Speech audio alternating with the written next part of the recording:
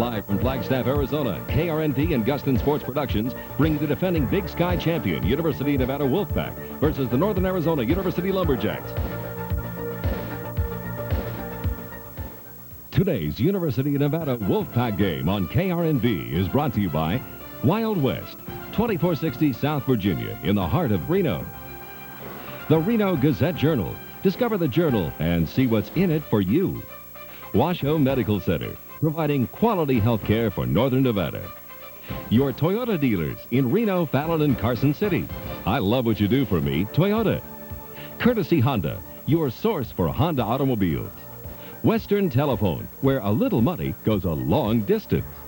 The El Dorado Hotel and Casino, Reno's shining star. Live the excitement. Northern Nevada Dairymen, milk, it does a body good. Nevada Beef Council, beef, real food for real people. And Ray Heating, providing Lennox quality products and continued quality service, has been our commitment to Nevadans for over 40 years. The Wolfpack, live on KRNV. We've got the best seat in the house. Hello again, everyone, and welcome to the Running with the Wolfpack pregame report. This evening, the Pack goes after a perfect 11-0 season. They'll be on the road at Northern Arizona. Before we take you out to Flagstaff, a high school football score to report in the zone finals. South Tahoe over Wooster 19-17. The Vikings move into the state finals. They'll play El Dorado of Las Vegas next Friday night in the southern part of the state. We'll have full highlights of this ball game during our halftime report. But the game at hand, Nevada versus Northern Arizona. Let's send it out to our game announcers. Dan Guston and James Curry are standing by at the Walk-Up Sky Dome in Flagstaff, Arizona. Gentlemen? Well, Kurt, thank you very much. We have had about 12, 13 inches of snow in the last 16 hours. It is warm inside, very, very cold outside. But, James, talking about the warmth, we have had over 2,100 yards between these two teams in the last two meetings. We expect, again, a lot of offense tonight. Well, Dan, the Wolfpack is going to need to amass at least a quarter of that 2,100 yards tonight in their offense. They need to become fine-tuned, getting ready to go into playoffs in 2 weeks. This is one game that they solely need offensively and defensively. For the Wolfpack, Fred Gatlin will be back at the starting quarterback. How tight their defense will be is another question. We expect a lot of scoring. Kurt, back to you. All right, Dan and James, we'll get back to you momentarily at the Walk-Up Sky Dome in Flagstaff, Arizona. Fred Gatlin back at starting quarterback tonight, and after 13 years in the Big Sky Conference, the Wolfpack is about to play their final league game. Northern Arizona, the final hurdle to a perfect 11-0 season. Kickoff is straight ahead. We'll see you at halftime.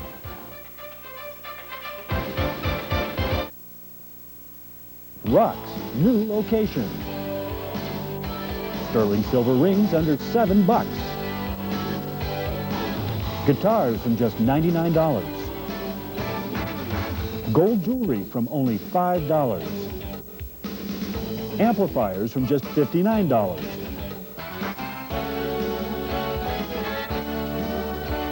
Rocks, new location, same great prices. Check it out. Charlie, the Johnsons are having something delivered. It's a new furnace. That's nice, dear. What system is so great they buy it this early? Must be a Lennox. Whether it's a new high-efficiency Lennox furnace or work on your old system, Ray Heating, your local Lennox dealer, is committed to long-term customer satisfaction by using the finest quality products and the most skilled technicians. Ray Heating will get the job done right the first time. It's time to call Ray Heating. Must be a Lennox. Bill Pierce Courtesy Honda puts a lot into its used car lot. We start with quality, then we add selection, savings, and service. We wash and wax to make them Reno's cleanest. We tune and tighten to service what we sell. Then we make them Reno's best deals with easy financing and prices starting at just $19.90. Visit the used car lot at Bill Pierce Courtesy Honda today. We put a lot into it, so you get a lot out of it. Our kickoff tonight is sponsored by the Toyota dealers of Northern Nevada. Well, welcome, everyone. I'm Dan Guston along with James Curry. The Wolfpack will kick off to the Lumberjacks, so the Wolfpack will be on defense to start things. Their defensive unit on the sideline huddling up, their special teams getting ready to come on the field. Schwendinger, I met his dad, James. He was here at the Walk-Up Sky Dome adjusting his camera, so he's going to get some shots of his senior place-kicking son. Well, the ideal situation for Rick Schwendinger tonight, playing in the Dome Stadium here. Excellent opportunity for a kicker to have a fine game, kicking on the artificial surface, no weather conditions, no wind. can have an excellent evening. And it's one of those that Rick has had a bad second half of the season also. It's for him to get on track and get the confidence that he needs to go into the playoffs with. Stewart along with Rainey will be deep near the goal line, expecting the kick of Rick Schwindinger. Wolfpack breaks their huddle, and they line up their special teams. They have been a key so far this year for the Wolfpack, blocking punts early in the season, making the big play. So now they will see if they can hold the Lumberjacks. But the Jacks, with that very talented offense, will go on offense to start things. The left-footed Schwindinger will get things started. University of Nevada, game number 11, trying to make this season perfect. Dinger with a low kick, a helicopter job that bounced at the 15, taken at the goal line by Rainey. Going right at the 10, trying to get wide. Jackson giving chase. Rainey turns a corner and gets out over the 20-yard line. Lynn Rainey really put the afterburner on. He got around the corner on Harry Paul Jackson. Tremendous job of return by Rainey that time, suckering the Wolfpack into one side of the field and getting to the outside. Quarterback John Bonds completing 55% of his passes. He is throwing for better than 2,400 yards, and he's got a good right arm. The 18 interceptions, though, that Bond has thrown is not what you want to see. You'd like to see those numbers reversed the way they are on the screen. See what the Wolfpack defense does if they go with much of their dime package tonight. On the first series, they are playing with the 4 defensive backs. You've got Rogers, Drehos, Buddy, and Caspers, the down 4, Amatia and Clapton, the backers. I formation for the Jacks. Fumbled the line of scrimmage. Bond dives on it. Was he recovered it? No, the Wolfpack got it. In the scramble, the Wolfpack comes up with a play, the first play from scrimmage. The snap to John Bonds is fumbled, and the Wolfpack will be in big, heavy business at the 20-yard line. George Buddy, quick off the ball, able to get the ball. John Bond, a bad transfer between the center and the quarterback that time. Bond just dropped it down. George Buddy, ever present, able to dive in and come up with that recovery. The first play of the game for the Wolfpack. Great scoring position at the 18-yard line. Fred Gatlin is the quarterback. Gatlin puts the mouthpiece in and strolls to the line of scrimmage. Gatlin completing 55% of his passes this year. 3 wide receivers right. Fakes the dive. Gatlin rolls out right. He's got running room. Inside the 15, he's hit there and dropped. Jeff Bergman brings him down inside the 15-yard line. Freddie Gatlin trying to get in the flow of things early in the game. Wolfpack again with the talented Joe King. Scott Benning, the tight end, they look to go to him more tonight. That front line, with the exception of Bill Branca, they have been together all season long. Branca filling in for the injured Tom Werbeckis, but Werbeckis is on this trip, and he may well play tonight. Gain of 5 on the scramble by Gatlin, the design rollout. 2nd and 5, the ball at the 12-yard line. This time Holmes gets a carry, hit at the line of scrimmage by Walton, but he falls forward to about the 10-yard line. Chuck Walton, the left tackle, comes in the ball game with 59 tackles. He is a leading tackler on defense. He anchors that line, but Darren Dudgeon at right tackle equally as strong. The inside backers, 40 is the best of the backers. The secondary, though, somewhat suspect. 3 of them are freshmen. So that middle of the defensive line is the key. The 2 leading tacklers on the down line are right in the middle. 3rd and 1 for the Pack. At the 9-yard line of the Jacks, they fumbled on the opening snap. Holmes gets it left side, good hole. He's met by Romano as he gets the first down, and Holmes will get it to about the 7-yard line. Frank Romano stepped up in the hole and met Diedrich Holmes. Holmes with a great burst of speed as he initially got the ball going off the left side of the Wolfpack offensive line. Great surge getting the first down. Diedrich Holmes has been coming on stronger and stronger as this season has progressed, and he is the back of the future for the Wolfpack. Chris Singleton trots in the offensive set for the Wolfpack. Singleton with 42 catches this year and averaging almost 20 yards a catch at 19.6. He'll be wide man left all alone. 1st and goal for the Pack from the 7-yard line. Mitch Baker, the offensive center. We have a flag down. Normally indicates too much time taken by the Wolfpack. Time clock violation by the Wolfpack that time. Delay a game. Dead ball. Delay a game.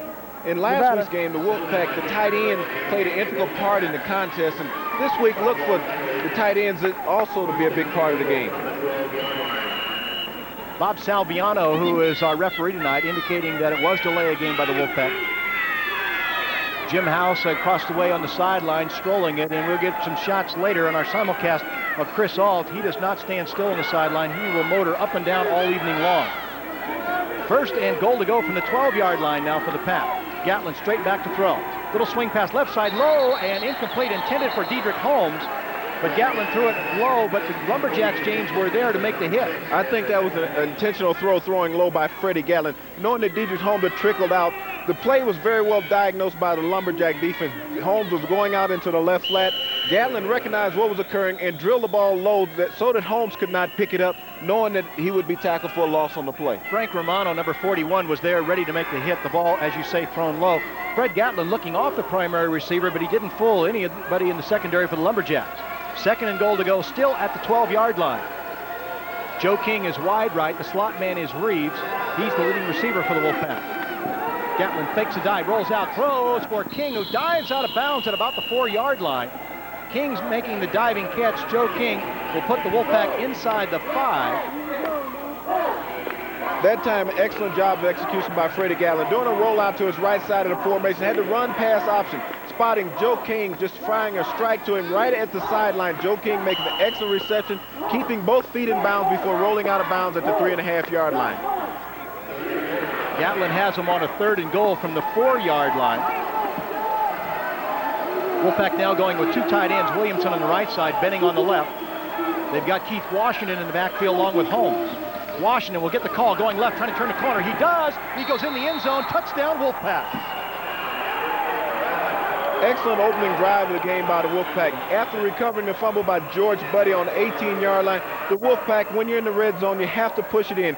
Coming up with the play to get it in the end zone, bringing Keith Washington in the game, reserve running back. Keith has had an excellent outing. Coming with the counter trey, Billy Branker pulling around the corner, getting out in front. Keith Washington stepping into the end zone untouched until he crossed the goal line for the touchdown. As you mentioned, Branker making the key block. He pushed two defenders out of the way, and Washington merely walked behind him into the end zone. Schwendinger will try to convert. He's made 51 of 56 this year, make him 52 of 57. So very early here in the first quarter in Flagstaff, Arizona, with 12:24 to go. University of Nevada leads 7-0. We'll be back in just 1 minute. This football season, I'm bringing the stadium to your home with Mitsubishi large screen television. Hi, this is Brad Vallotton, inviting you to Wild West for the purest quality big screen picture. It's Mitsubishi, featuring Diamond Vision. Buy Mitsubishi big screen televisions with no money down and payments as low as $77 a month. And I'll deliver it anywhere in the Truckee Meadows for free. For the lowest prices and largest selection of Mitsubishi large screen TVs, it's Wild West. 2640 South Virginia in the heart of Reno, because we live here too.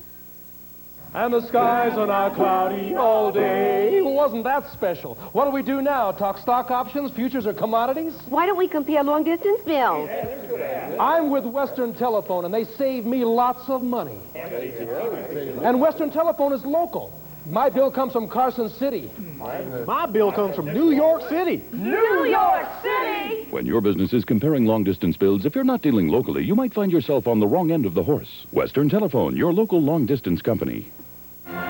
Unlike last week, James, when the Wolfpack had some quick scoring drives from a long distance, this one took 2 minutes and 26 seconds, but they only had to cover 18 yards. But the key about it is that they were able to score after getting a turnover. The Wolfpack has been very low on the plus turnover ratio. This time they got a turnover, and what you should rightfully do is get a touchdown out of it. Schwendinger once again to kick, same two backs, Stewart along with Rainey. Dinger gets some air on this one. Endobrin will drive Stewart into the end zone. 3 yards deep, he fumbles the ball, wants to bring it out, and Rainey said, no, you're in heavy trouble after dropping the ball, so the Jacks will start once again at the 20-yard line. Very fortunate move that Stewart did not bring that out of the end zone. Rainey right on top of it to indicate keep it in the end zone. The coverage is down on top of us. Let's go out to the 20-yard line and try to get something going from there. Once again, John Bonds trying to start the offense. They had it for one play, and really you can't even say they had it. On the miscue and the snap from center, Bonds fumbled, and the Wolfpack recovered, eventually going in. And now it's a 7-0 game. We talked about lethargy in our pregame show on our simulcast radio side. The Wolfpack showing none of that early on that early turnover. Bonds with a long count. Gives it back to a man, that's McKenzie, coming left side over the 25, over the 30 to the 31-yard line. Reggie Robinson stepped up to make the hit, but McKenzie replacing the injured Robinson, running well to the left. McKenzie is an excellent running back in his own right. He will carry the load at tailback. The guy to watch is number 2, Johnson. He is a quality receiver, maybe one of the best in the league. Their line, again, not big. The right tackle, the biggest of them, 290 pounds. Mike Force, 6'7", 290. The rest of them, 260, 261, and so on. Not big as Big Sky offensive lines go.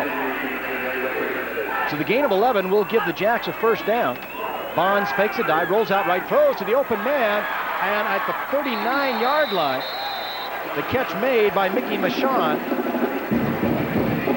Let's see where they spot it. He'll be shy of the 40, so right at the 39-yard line, Mickey Michon makes the catch, the 6'1", 224-pound junior. We introduced you once before to the defense. Matt Clapton, leading tackler for the Wolfpack with 111. Forey Duckett, maybe the most talented of the cornerbacks, but Brock Marion, the surest of the tacklers. Second and about 2 to go, just shy of the 40-yard line for the Lumberjacks. 2 wide receivers left. Bonds again with a long count, lone back behind him. McKenzie will get the call up the middle. He's over the 40, backs his way to about the 42-yard line. Wolfpack stepping in and making contact a little earlier, as that time they tried to go up the middle. It was Buddy who got his shoulder in there first. Well, McKenzie's a quality back coming into this game. He was the team's second leading rusher with 603 yards on 125 carries, and also had 3 touchdowns to pack on the back end of that.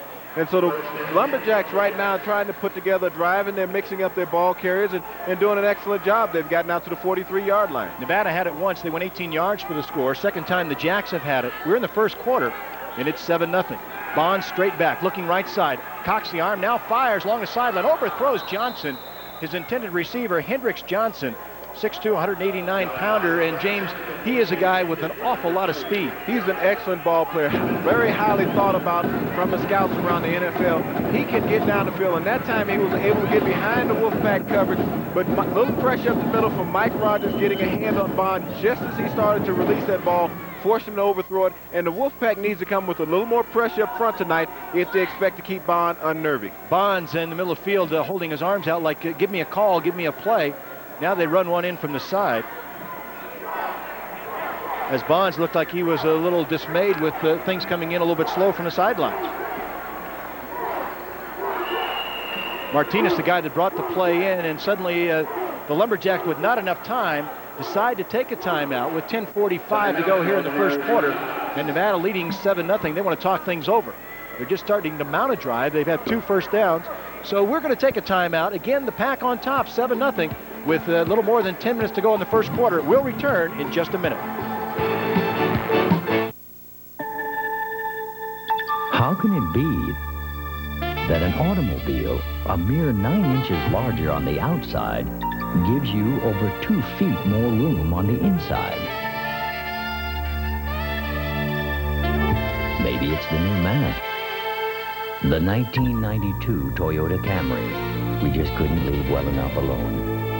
Come see the all-new Toyota Camry. Roomier, safer, quieter, and more powerful at your Toyota dealer now.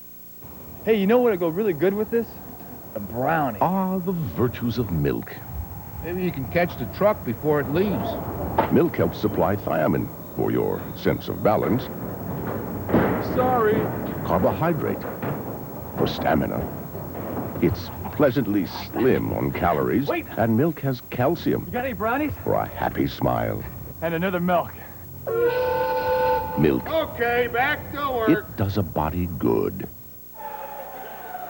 Well, James, you wouldn't want to be walking an awful lot outside, but Chris Hall patrolling the sideline as he does in every ball game. Pleasant in here, but about 30 degrees outside. And Chris Hall is wearing a sweater tonight, so he's feeling a little chill on the sideline, and he'll probably be out of it by halftime. 2nd and 10 for the Jacks. 3-step drop. Bonds delivers right away, incomplete. Intended for Title, Jason Title, the tight end who just drifted off the line of scrimmage, but thrown low, and he couldn't handle it. Title's a sure-handed tight end coming in with 22 receptions on the year.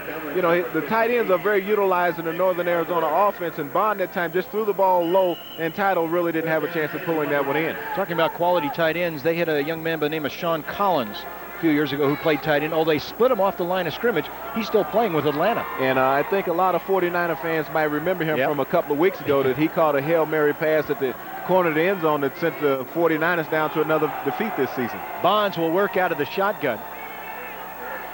Alexander, the receiver, wide left. Bonds drops, looking for Alexander, steps up, throws over the middle, incomplete. At the Wolfpack 45-yard line, Avery was the intended receiver. He and Alexander had run in the same pattern. Avery went inside, Alexander went deep, and Bonds had to step up in the pocket, delivered it, and Avery couldn't hang on. But Bonds still had too much time to deliver that pass and try to find Avery downfield. There's just not enough pressure coming from the front of the Wolfpack defense at this moment in the game. They're going to have to find a way to come with some twists or something up front to get after Bonds. Terry Belden, best punter in the Big Sky Conference, he has 15 punts with 50 yards or more under him, so he can lay it out. And they have a 10-man front on him. Will Lackey lone back for the Wolfpack. Belden hangs, boy, he darn near hit the ceiling. He really put it up. Lackey wanted to signal fair catch, now takes it back at the 5. Looks left, looks right, and still can't decide where he wants to go. Good coverage by the Jacks as they bring him down. I didn't think that he expected Belden to put it up that high and that long. And Lackey really didn't know which way to go. Well, with a player like Lackey being in the dome here in Northern Arizona for the first time, you have the wooden beam ceiling, which the ball could get lost in there. And William Lackey was trying to find the ball when it first went up, and it blending in with the brown backdrop of the ceiling makes it difficult for a punt returner. But excellent hang time for the Lumberjacks to get down on top of that, not allowing William Lackey to get a return on it. 52-yard punt and only a 2-yard return. Robert Forty, F-O-R-T-I, who wears number 40 on his back, made the stop. So Fred Gatlin, 93 yards away from a score on a 1st and 10. Gatlin will throw out of his end zone. Looking sideline over the hands of Joe King. King had gone down and broke it off, and Gatlin threw just a little bit long. Poor pass that time by Freddie Gatlin. Freddie Gatlin dropping back in the pocket, had plenty of time to find Joe King running up the right side of the field, but Freddie Gatlin just threw a wobbler out there that time, and Joe King, it was over his head. Joe went up, made a gallant effort for it, but just too far for Joe to stretch up and get it. Number 99, David Musselman, trying to put pressure on, but well handled by the right tackle, Tony Edwards. Well, Musselman, the leading sacker for the Lumberjacks, also coming into this game with 8 sacks on the season, but he has a broken thumb, which might slow him a little bit. 2nd and 10 on the ground. Wolfpack will go left with Holmes. He'll be shy of the 10-yard line. Tucker Sides made the hit, the linebacker for N.A.U., number 18, who stepped up. But Dedrick Holmes, again, with 6 touchdowns under his belt and just under 600 yards coming into the ball game. Well, the Wolfpack feel that they can get Dedrick Holmes to the outside this evening because the middle of the Lumberjack defensive line is the strong suit. They feel if they can get him outside on the corner with one of the guards pulling out in front of him, he can pick up 6 to 7 yards of carry tonight. Wolfpack with the ball at the 9-yard line at 3rd and 8 for them. Their 3rd down conversions last week were terrible. They converted 2 of 19. Gatlin at his goal line now will scramble. He slides out of a tackle, and Gatlin should have enough for the 1st down. It'll be out over the 15-yard line and maybe as much as the 17. That's about where he had to go. It's going to be very close. Freddie Gatlin showing a lot of athletic ability, observing what's downfield, not finding a receiver, knowing the pressure was right there, eluding a few of the down linemen, sidestepping a linebacker coming up on him, and getting out very close to the 1st down. Very heady running by Freddie Gatlin. What was also obvious for Gatlin as they bring the sticks out to measure it, at other times in the season, he has had nervous feet. He was anchored back at the 1-yard line, decided that everybody was covered, then he ran. Made the proper decision and made it quick enough to put his team in good operating field position. And they're going to be about 6 inches short of the 1st down right here. A big decision for Coach Chris Alton, and it looks like he's going to go for it. Wow, it is deep at his end, leading 7-0 with 9:23 to go. Bringing Tommy Williams in, an extra tight end for blocking in this situation. But this is what you have to do if you're the Wolfpack. You're up by 7, final game of the season, and this is one of those games that you have to prove a point, that you are a quality team, that you can get the inches when you need them. James, do you need to prove it, though, in the 1st quarter, leading 7-0 and safely on top with 9:23 to go? Well, I think that's part of it. You exude the confidence in your players, and if you're making 1st downs like this, you can put N.A.U. in a deeper hole than you ever hoped to have them in at the kickoff in the game. Conversely, if they make the play, they're right back in it in terms of momentum. So the Wolfpack will go on a 4th down. Or will they try to freeze the line? Quick count. Gatlin on the quarterback keeper should have it.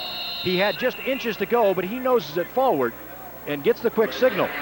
Nevada going at their own 17-yard line on a 4th down early in the ball game. But the proper move that time. Early in the season, when Nevada would go on a short yardage situation, that they would come up and try to stall them. You know, they would come up, try to stick the defensive line and get them to jump offside. This time, they went with the quick count to catch him offside. Steve Axman on the sideline with a 3-7 season. This would make his next year and a half, James, but he kind of agonizing on the sidelines right now. That's not the kind of name you want to have, Axman, with only 3 victories under your belt at the end of the season. Yeah, but if you're the Lumberjacks, it kind of fits. Holmes on the ground, up over the 20, drags people with him, and Diedrich Holmes running with good momentum. Got over the 20-yard line and even tacked on a couple after that. You speak about Diedrich Holmes being a freshman. At this point in the season, there's really no freshman. You have a complete college football season under your belt, and he's gained more and more confidence as the season has gone on as a runner, and he has established himself as the #1 back in this Wolfpack ground attack. Chris Ault on the sideline, again conversing with his #2 quarterback, Chris Vargas. They stay together much of the afternoon or evening in this case and talk about what's happening on the field. For those on our TV side can probably see the gesture that Chris Ault made up and in when Holmes ran the ball. Holmes coming right side. Over the 25 as he cuts it on the carpet. It comes inside. Romano was there. He came up with a ball, but Holmes was down. If the ball actually came loose after Holmes went down. Well, great move that time by Diedrich Holmes at the end of the run. Running a sweep to the right. Diedrich Holmes getting outside, recognizing the pursuit was coming up, able to cut back inside. Great foot movement by Diedrich Holmes, able to turn it up, get very close to the first down on that run. Romano on top of him wrestled it away after the play was over. Once again, it's close enough to measure, so the sticks will come on. 8:02 to go first quarter. Nevada leading 7-0. The final regular season game for them, and James, again, they have a string on the line. They have won 13 consecutive final games. 4 of those have been against the Lumberjacks. Well, this is the place that they felt very comfortable in playing against the Lumberjacks, and they like playing this team at the end of the season. Last year, they got on the first game of the season and handled them very, very well. But this is a situation where you like to come out and dominate a game because you have the bye week coming up. 3rd down and less than a yard to go at their own 28-yard line. Having sneaked it last time on 4th down and inches, would you go deep 3rd down and inches? Knowing that you could pick it up if you had to, maybe. 2 wide receivers left. Joe King is the wide man. Reeves is the slot man. They go with 2 tight ends. Holmes will get the call, running left. He's got the 1st down and more over the 30 up to maybe the 33-yard line. Holmes is just churning out yardage. Every time he carries the ball, 4 or 5 yards are cracked. The offensive line is doing a good job early here in the game of getting that initial push off the ball, that surge, getting the Lumberjacks moving back, letting Holmes find his hole, pick through, and pick up another 1st down on this drive. Holmes with 6 carries and a total of 22 yards, so just a little bit under his season average. He's been averaging 4.3 yards per carry, and he will warm up to the task. He likes to have it 20-25 times in a ball game. Gatlin will throw on 1st down. Little swing pass complete to Holmes on the right side, go out of bounds over the 35 and hit late, but no flags are down. The last time Holmes played in a dome stadium and got a start, it was against the University of Idaho. Rushed for 178 yards. As the game went on, he got stronger and stronger, and Diedrich Holmes found his confidence as a running back and made the coaching staff believe that he could do the job in the backfield. Same kind of situation in Moscow, Idaho, where the University of Idaho is located. It is a dome stadium and obviously an artificial surface. And he exploded onto the scene in his first true college game where he got a chance to display his talents, and this is another opportunity tonight. Chris Singleton, who made that catch in double overtime to win the game for the Wolfpack last week in Montana, is wide left on their flex set 3 wide receivers. Middle screen complete to Reeves at the 35, 40, 45, looking to get wide. He is grabbed at the 47-yard line and brought down. Will Glover had a hand on him because Reeves had a blocker to the outside, and he was trying to get to the corner. That's one of the big plays in the Wolfpack arsenal is the middle screen. Bring Brian Reeves in the middle receiver in the trips formation, getting the offensive lineman out in front of Billy Brankin with an excellent block downfield, leveling one of the cornerbacks. Brian Reeves weaving through the secondary, picking up great yardage into Lumberjack territory down at their 44-yard line. You complimented Branca. Alan Maxwell, 67, was also out front. Nevada with another 1st down. They started at their own 7-yard line. We have 6:45 to go in the first quarter, and the Pack leads 7-0. On 1st down, Gatlin will throw. He scrambles, throws a little release pass complete to Holmes, who kneels down. Diedrich Holmes will go down at the 47-yard line and actually lose about 3. Diedrich Holmes was not aware that he was where he was on the field, and that time Freddie Gatlin getting Great pressure from behind from Chris West. He thought he could get one of the receivers downfield, saw he was running out of time, started running out to the right. Chris West diving at his feet, knocking him down. Dietrich Holmes just dropping to the turf because the ball was low. He would have been better off just to let the ball fall to the turf. For the Wolfpack, their reads and passes, they go high-low. He'll look downfield first to see if any of the deep receivers are there, then comes off them as he did that time to Holmes, the guy underneath, and actually ended up losing 3 yards. Second down, 13 to go at the Jacks' 47-yard line. Again, Gatlin wants to throw. Across the field, it's intercepted by Glover. At midfield, he broke the tackle going along the sideline. He's at the 30, the 25, the 20. He gets away from Portnish, and he'll go in and score.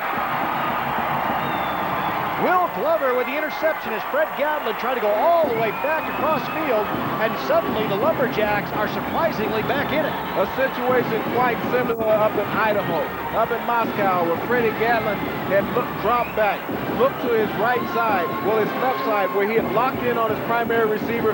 Will Glover stepped right in front of Singleton that time, picked it off, returned it the other way in front of Darrell King, and he broke Darrell King's tackle. Freddie Gatlin tried to cut him off around the 30-yard line, but he ran right over Freddie Gatlin. Charles Portnish was the last Wolfpack player with an attempt on him, and he ran through that into the end zone for 6. So Belden, who does double duties like Schwendinger, will try to knot this one. We're still in the first quarter with 5:43 to go. The swing of momentum now on the side of the home team, the Lumberjacks. Bad play execution that time by Freddie Gatlin. Had mounted a nice drive up until that point. Poor decision, interception, touchdown, Lumberjacks. Coming in, Belden had made 30 of 33 tries. Right footer set. He drills it. We're tied at 7. Still in the first quarter with 5:43 to go. The Wolfpack trying to get the Jacks out of the ball game in the first half. They have got to struggle now. They are tied. We're going to take a timeout. We'll return to Flagstaff, Arizona. We'll be back in just 1 minute.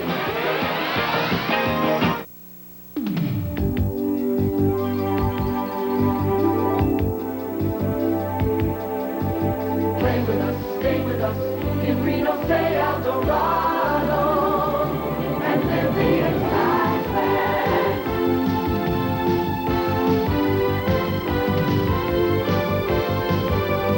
El Dorado, Reno, shining star, live the excitement.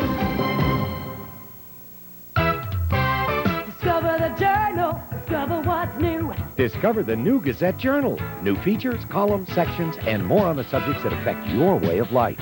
It's a whole new look, brighter and easier to read. Discover why over 165,000 of your neighbors read it every day. Don't be left out. Discover the new Gazette Journal. Discover the way we cover you all. Gazette Journal, discover what's new. Discover what's in it for you. Terry Belden, who just tied the ball game, will kick off the Wolfpack with 2 deep receivers, Chris Singleton and Brian Reeves, both standing at about the 1-yard line. There's the right-footed Belden getting set, slowly starting towards the ball, now breaks into his run, and an onside kick attempt. The Wolfpack falls on it. Mark Drehos will fall on it at the 40, or make that Tom Matter. I'm sorry, number 80, not 60. Tom Matter, with his sure hands, will fall on it at the 49-yard line of the Jacks. James, we expect a lot of different things tonight. The Jacks want to win. The Wolfpack trying to establish something going into the playoffs. And who knows how deep they'll go in the trick book. Very alert play that time by Tommy Matter. Just dribbling the ball, trying to get it 10 yards down. Tommy Matter, backup tight end, right on top of it, recognizing what's occurred, didn't drop back, able to fall on it and save the ball for the Wolfpack at the 49-yard line. Great thing for the Pack. They will start with good field position. Last time they started at their 7. Got across midfield and then were burned with the interception in the return. Our officials on the field calling an official timeout. We will take a timeout with 5:43 to go. Clock still the same. This ball game is tied at 7. We'll be back in Flagstaff, Arizona right after this. Not long ago, Susan found a lump in her breast. She went to Washoe Medical Center, where a mammogram identified it as a tumor. In the region's only comprehensive cancer treatment center, Susan underwent surgery and radiation therapy. Her early self-examination and the care she received not only saved her breast, but also the life of a very important person called Mommy. Washoe Medical Center. When you know us, you'll choose us. Tahoe Sports Ltd. celebrates the opening of our all-new superstore in South Lake. Killer deals on mountain bikes. Through November, only top name brand mountain bikes are priced from just $249.95. Hey, dude, trade-ins are welcome for even more savings. Plus, any purchase over $399 gets you a free lift ticket to Sierra Ski Ranch, our favorite resort. Sports Ltd. now at 2 South Tahoe locations in the South Y and in the Crescent V Fashion Center. Tahoe Sports Ltd. We are tied at 7, and both the teams have scored after a turnover. The Wolfpack got a fumble in the first snap from the Jacks, and then Will Glover intercepted one and went the distance.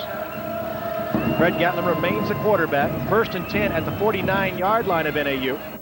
Gatlin looking to throw. Now will scramble, rolls out right, throws for King, he drops it. King at the 38-yard line, had his hands on it and just started to run a little bit too soon. Excellent play execution that time by Freddie Gatlin, making the proper decisions, rolling out to his right but not crossing the line of scrimmage, drawing the secondary towards him. Joe King found the seam, sat down in it. Freddie Gatlin hit him with a nice soft pass. Joe took his eyes off of it, trying to look upfield, dropped it on the ground. Lance Martin was rushing Gatlin as Gatlin sprinted out right and got hands up in his face, but again, Gatlin in a full gallop couldn't throw it any softer to Joe King, who knew it when he dropped it. 2nd and 10, still at the 49-yard line. Holmes on the ground, on the counter, straight ahead at the 45. He'll get to the 44. That has been a big problem for Freddie Gatlin. His receivers letting him down the past several ball games. Is that he's thrown the ball where it should be, hitting them right in the hands. Receivers have been looking to run prior to catching the football, knowing that he had met them with proper lead time, just like Joe King in that last situation where the ball hit the turf after it hit him in the hands. Plays being called from the sideline. Head coach Chris Alt strolling. Harry Justvic, the quarterback coach, is upstairs in the booth, signaling the plays to the sideline. 3rd down for the Pack, now 3rd and 5. Gatlin on a quarterback design scramble, looking for room, and he will be pulled down short of the 1st down.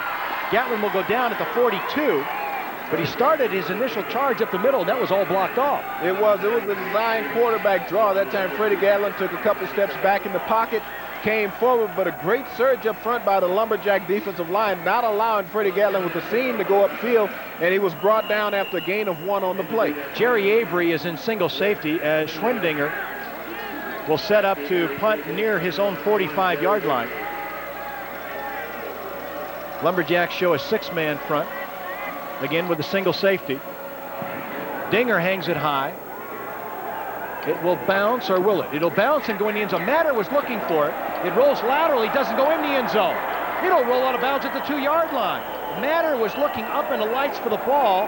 He gets another glance as he goes to the sideline because he lost it. It bounced inside the 10, got to the 1, and then decided it wasn't going to go in the end zone after all. Tommy Matter with great hustle 2 weeks in a row. Last week up at the University of Montana, Tommy Matter running down, catching a ball on the fly at the 3-yard line. That time, great hustle by Tommy Matter, trying to find the ball. Misgazed it, you can lose it again in the roof because of the wooden beams being similar to the color of the football. But great bounce that time for Rick Schwendinger. The ball running parallel to the goal line all the way out. Bounced back at the 1, came back out to the 2-yard line. Great for the Wolfpack. The defense has him pinned down at the 2-yard line. For the Dinger, that is the 10th time this year he has put the ball out of bounds inside the 20-yard line.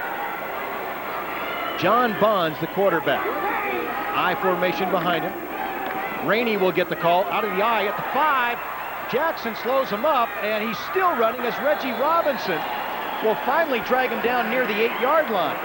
Rainey, a real determined run that time. The Wolfpack seemed to have him wrapped up almost at the line of scrimmage. A great hole off the right side of the line. Rainey coming through, weaving his way through, hit very at the 5-yard line right there by Reggie Robinson and Forey Duckett, but bounced off of Forey Duckett and drug Reggie Robinson another 3 to 4 yards out to the 7-yard line.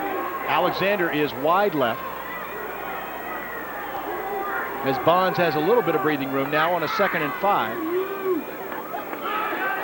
Again, a long count, trying to freeze that defense. On On the ground, Rainey, good hole up the middle, get over the 15. He'll have enough for the first down and more as he stretches it out to the 18. Len Rainey starting in place of Gerald Robinson. They had McKenzie in there earlier, but James, he's found some running room up the middle. Just a dive right off the left side of the offensive formation and weaving his way through. A very quick hitter that time, and just an ankle tackle bringing him down by Nick Harker that time. Otherwise, he had great running room in front of him. On the carpet, everybody's a little quicker, but Rainey, again, showing he can move with it. 5'10", 183 pounds. He's just a freshman. Again, 2 wide receivers left. Bonds fakes the dive, rolls out right, throws over the middle to Avery at the 30.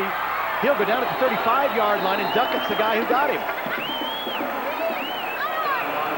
Well, Bond right at this moment is doing everything right as a quarterback. He's making all the right play adjustments that time. That time sending the back out of the backfield, curling across Avery, coming underneath the secondary in between them and the linebackers, finding a seam. Bond on a half roll to his right side, able to find him for another first down in this drive. The Wolfpack is going to have to shore up their defense. They've been victimized here on this drive a couple of times. We are tied at 7 with 2:40 remaining in the initial period. Brian Martinez and along with Coppage are wide left as they run receivers in and out for the Jacks. John Bonds scrambling left as that ball dangerously hanging out, but he'll be dragged down at the 44-yard line. So give him a gain of just about a yard or so, but James, the way he had that ball in his left hand up in the air, defensive players like yourself love to swipe at it and knock it away. Very susceptible to get it and knocked away. John Bond with just a short drop, 2-step drop. Nothing occurred that time trying to get out to the left side. Mike Rogers with great hustle and pursuit, able to drag him down from behind for little to no gain at all on the play, maybe a half yard. The Wolfpack needs to come up with a real big play defensively. They've been hurting on this drive. N.A.U. at their 36-yard line, 2nd and 9. Again, Bonds with an awfully long count. Inside handoff, that's McShane. McShane will get short yardage, hit by Nick Harker first, maybe gain of 2. That time trying to run an inside trap to Lumberjacks. It was very well deciphered by the Wolfpack down lineman. George Buddy, great penetration in the backfield, knocking him off his running track. Coming in, Nick Harker with the cleanup. The Wolfpack has him in a 3rd and long. This is where they need the big play. Andre Howard, who was the co-Big Sky Defensive Player of the Week last week with 5 sacks against Montana, has made his first appearance in the defensive lineup. And he tied a record of a guy up here in the booth. I didn't have that many. Steve Bryant also in the lineup. Bonds on a 3-step drop, throws a fly for Johnson. He's got it, and he'll go down at about the 30-yard line. Hendricks Johnson on a fly along the sideline. He and Lackey step for step, and John Bonds threw it perfectly. Hendrick Johnson is probably as good a receiver as the Wolfpack has faced all year. John Bond, excellent time and touch on the pass. Bond dropped it straight back in the pocket, knowing he had one-on-one coverage, just lobbing it out for Hendricks Johnson, feeling that he could beat any defensive back one-on-one. That time came up with a great catch against William Lackey down at the 30-yard line. Less than a minute to go with 55 seconds here in the first quarter, and the Lumberjacks, with only 1 win in the Big Sky Conference, are giving the Wolfpack all they can handle. We're tied at 7. Rainey, the eye back behind John Bonds, the quarterback. He'll get the pitch running right. Trying to turn the corner. Robinson throws him way back across the 35 to about the 37-yard line. As that time, Rainey couldn't get the speed to get outside, and Reggie Robinson had the angle on him. Reggie Robinson with great contain that time. The Wolfpack recognizing what was coming offensively. Reggie Robinson had the force and contain on that. Did a great job of warding off the receiver that was out trying to block him, and was able to come up and force him out of bounds for a loss of 6 yards on the play. John Bonds, 6'5", 228 pounds. He's a senior, and he may well be playing somewhere in the NFL next year like a lot of other quarterbacks in this Big Sky Conference, most notably John Freeze, who's down in San Diego, who played for Idaho. Well, Hendricks Johnson can be playing also. I agree. Wolfpack defensive unit jumping. Mike Rogers jumped, and see if one of the offensive people moved after that because we have flags down. James, how about this? We talked about it earlier, but Weber State was victimized in Reno just a few weeks ago. They lost to the Wolfpack after that big 35-point lead. Let's get the call. We got offsides on the defense. Well, the Wolfpack will be called for it. They were trailing today against Boise State. The Weber State Wildcats were trailing 25-0. They came back to knock Boise off 35-32. Well, with that Weber State offense, they can score points on anybody. We saw that against the University of Nevada, where they were able to put 49 points on the scoreboard. And they were able to put 42 of those points on the scoreboard in the first half. They have a very potent attack. Jamie Martin, whenever you have him in a football game, you're never out of it. And Boise State saw that this afternoon. Same thing happened Montana at Idaho. That was in overtime. Idaho was on top, but the Grizzlies won 35-34. Great afternoon of football in the Big Sky. Rich Coppage in motion, starts out right now, stops in the backfield. Bonds will roll left, set up, throw to Coppage, he's hit immediately. Good tackle by the Wolfpack secondary. Coming up, Brock Marion, who makes so many sure-handed one-on-one tackles. Brock Marion is a guy that you never want to challenge in open field one-on-one. He will always come up and put a receiver on his backside. That time, great misdirection in the backfield by John Bond, rolling out. He was pressured that time by one of the linebackers of the Wolfpack. Brock Marion came up and made a leveling tackle on Avery, the running back. Steve Bryant stopped him from going outside where he had a better view of the field, and he pulled up quickly and threw. But again, it'll be 3rd down and about 12 to go for a first down, and that's the end of the first quarter. So after 15 minutes of football, we are tied at 7 here in Flagstaff, Arizona. We'll return with the second quarter right after this. The great Western flavor of tender, juicy beef at John Asquaga's Nugget. Nugget beef, raised lean on our own ranches and rated USDA choice in our own packing plant. Enjoy the great Western flavor of tender, juicy, lean choice beef at John Asquaga's Nugget. It's Winkle Pontiac GMC's all-out sellout. Prices have been slashed on 91 and 92 Pontiac cars and GMC trucks. If you haven't driven the all-new 92 Bonneville or Grand Am, you don't know what you're missing. The perfect blend of styling, safety, and performance at unbelievably low prices. Or how about a 92 GMC half-ton 4x4 with air, cruise, stereo loaded, only $14,472. With special factory value packages, you save $3,498. Winkle Pontiac GMC. We're getting ready to start the second quarter here in Flagstaff, Arizona, with the score tied. Once again, other scores in the Big Sky Conference. Eastern Washington nosing out a 1-point win over Montana State. That was up in Bozeman. We told you about that Weaver comeback. They beat the Broncos of Boise 35-32. And again, Montana over Idaho in overtime 35-34.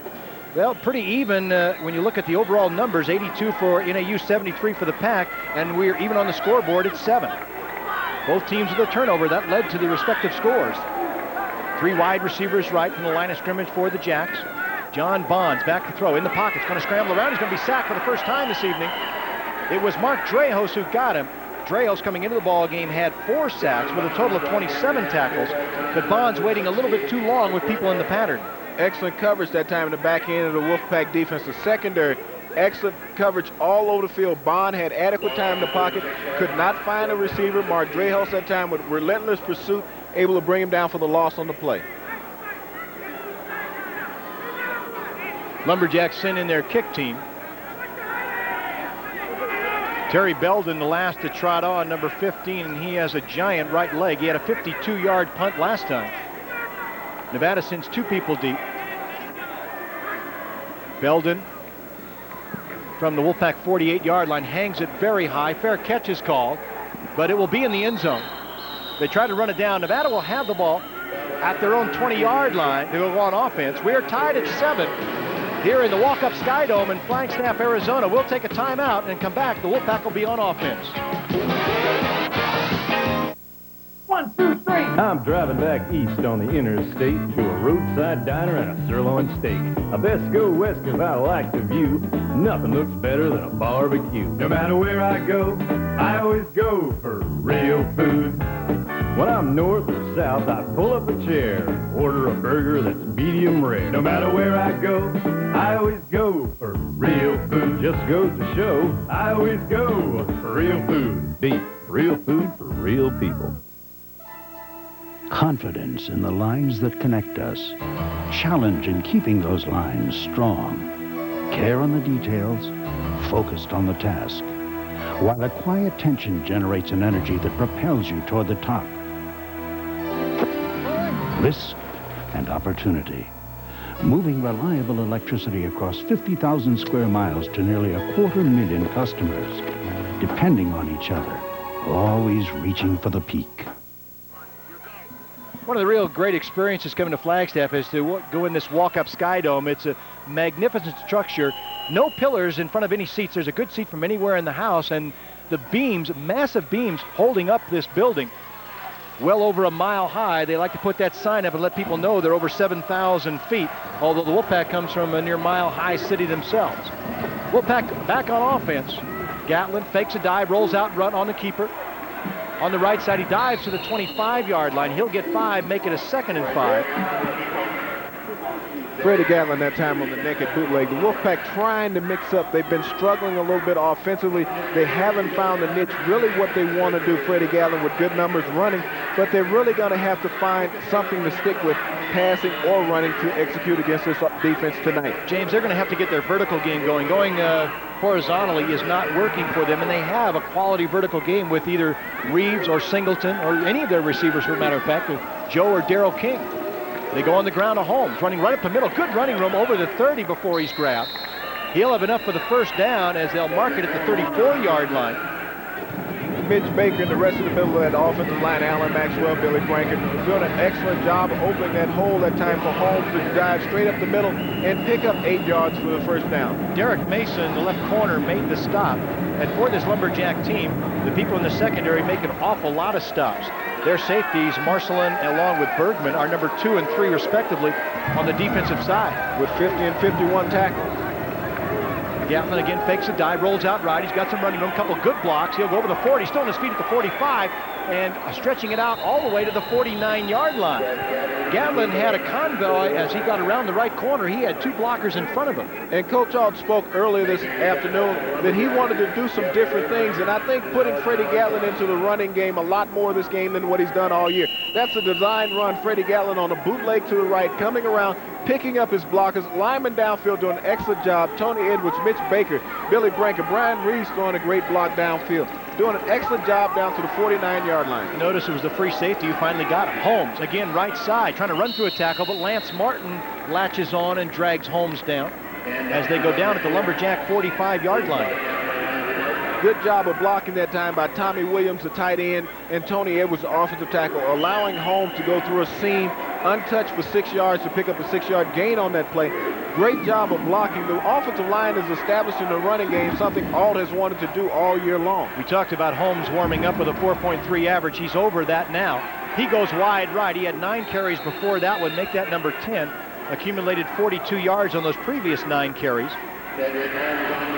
But Holmes, that freshman workhorse, has kept Zeke Moore, who is also a quality back. He's kept him on the sideline most of the season. When Moore went down with that injury, Holmes is not going to give up that job. Big things were counted on this year from Moore, but Holmes has just not really given him a chance to explode the way that he wanted to. Holmes has stepped in since his big game up at the University of Idaho and really has not relinquished that running back position. He had a hamstring pull, but he wasn't going to come out of the lineup. He knows what the probabilities are of getting back in once you've come out. 3rd and 3 for the Pack.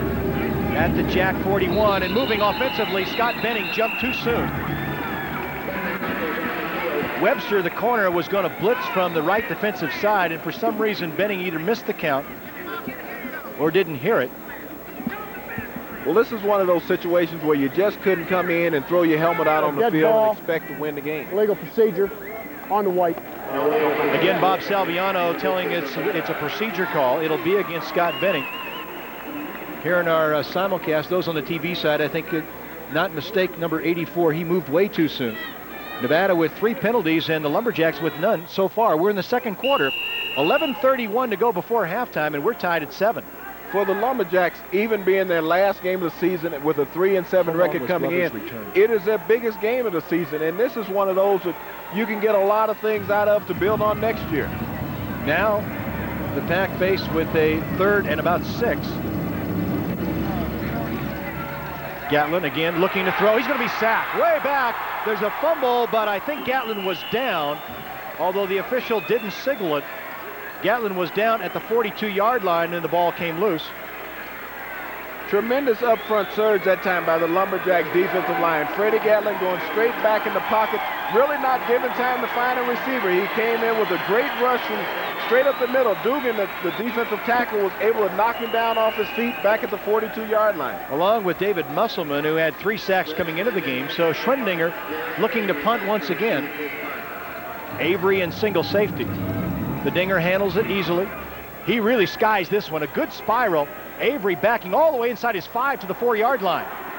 Trying to get wide right. He is tackled by Washington. Washington got a hand on him, and Avery went down rather easily. But again, Avery really retreating and giving ground. And I know it's hard to pick that ball up in the lights and the beams of the Sky Dome, but Schwendinger really hanging one out. Excellent job by Schwendinger, and you spoke earlier that his dad was here. Holding on the blue. Holding will be against N.A.U., but the Dinger hung that one out for 53 yards. Let's see if the Wolfpack will have enough for the first down. That's what they're talking about now with Matt Clafton. Clafton trying to understand the options. Well, the biggest thing is the holding. Did it occur before or after the kick? The way the referee, Bob Salviano, is marching back. Well, looking at the position of the flag on the field, it most likely occurred after the kick once players had released downfield. Because it was across midfield. So now the Jacks will be penalized half the distance to the goal.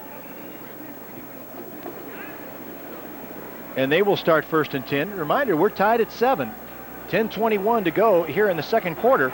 The Wolfpack scored early on post-scrimmage kick, first down. So he said post-scrimmage kick, meaning that the possession had changed.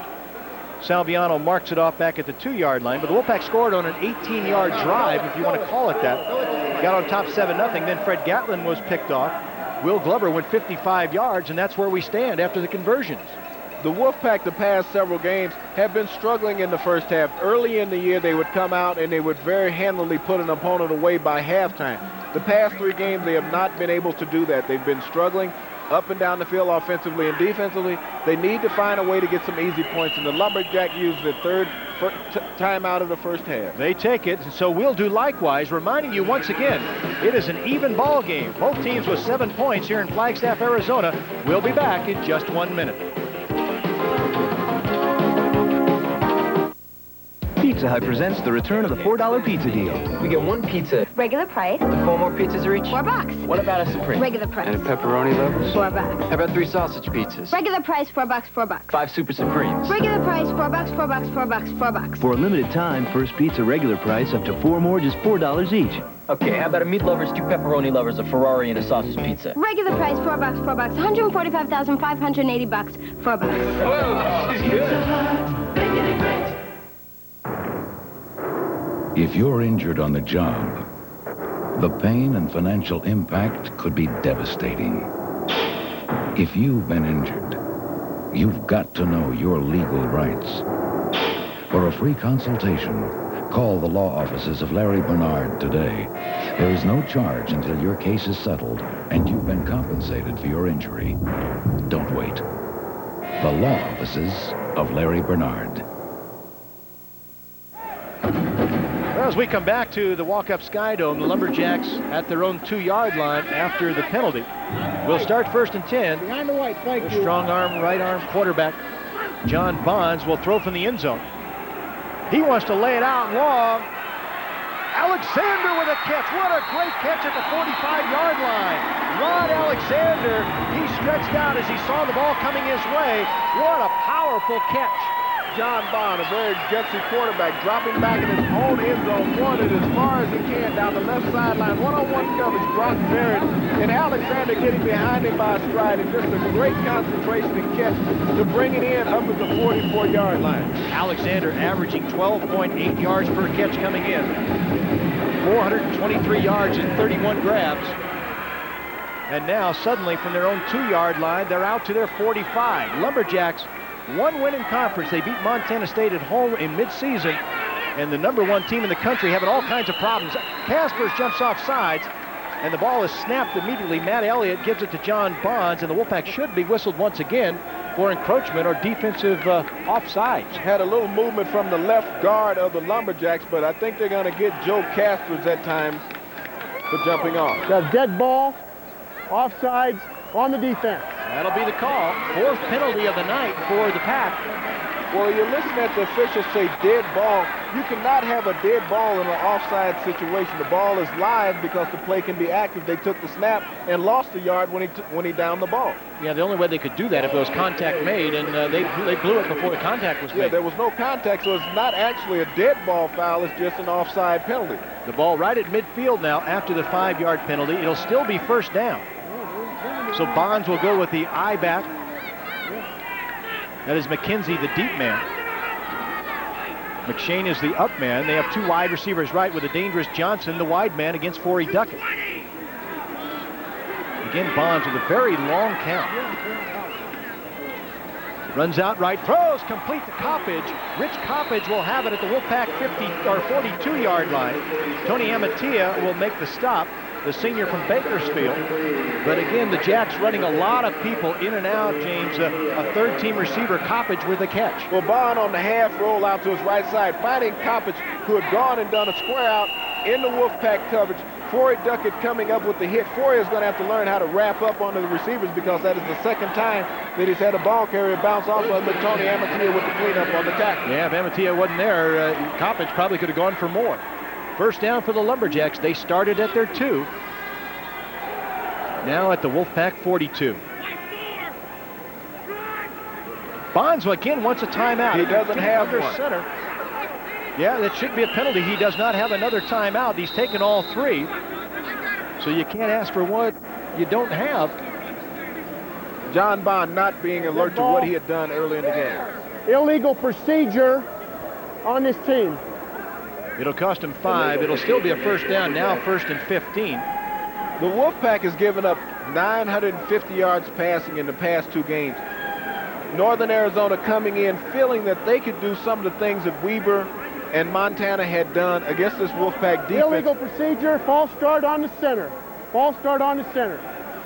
You have a secondary that has not made many adjustments when you look at him. Bond has recognized that the Wolfpack is sitting back in zone coverage, and he feels very certain that he can victimize him this evening, and he's done a decent job here early in the first half. Nevada has got to get some blitz pressure on him to make him get rid of the ball. He's been sacked only once tonight. Inside handoff machine running left. He broke a tackle, broke another one at the 35. He's at the 30, and Brock Marion hangs on and brings him down inside the 25-yard line. Mickey McShane, the 6'1", 224-pound junior with the big run.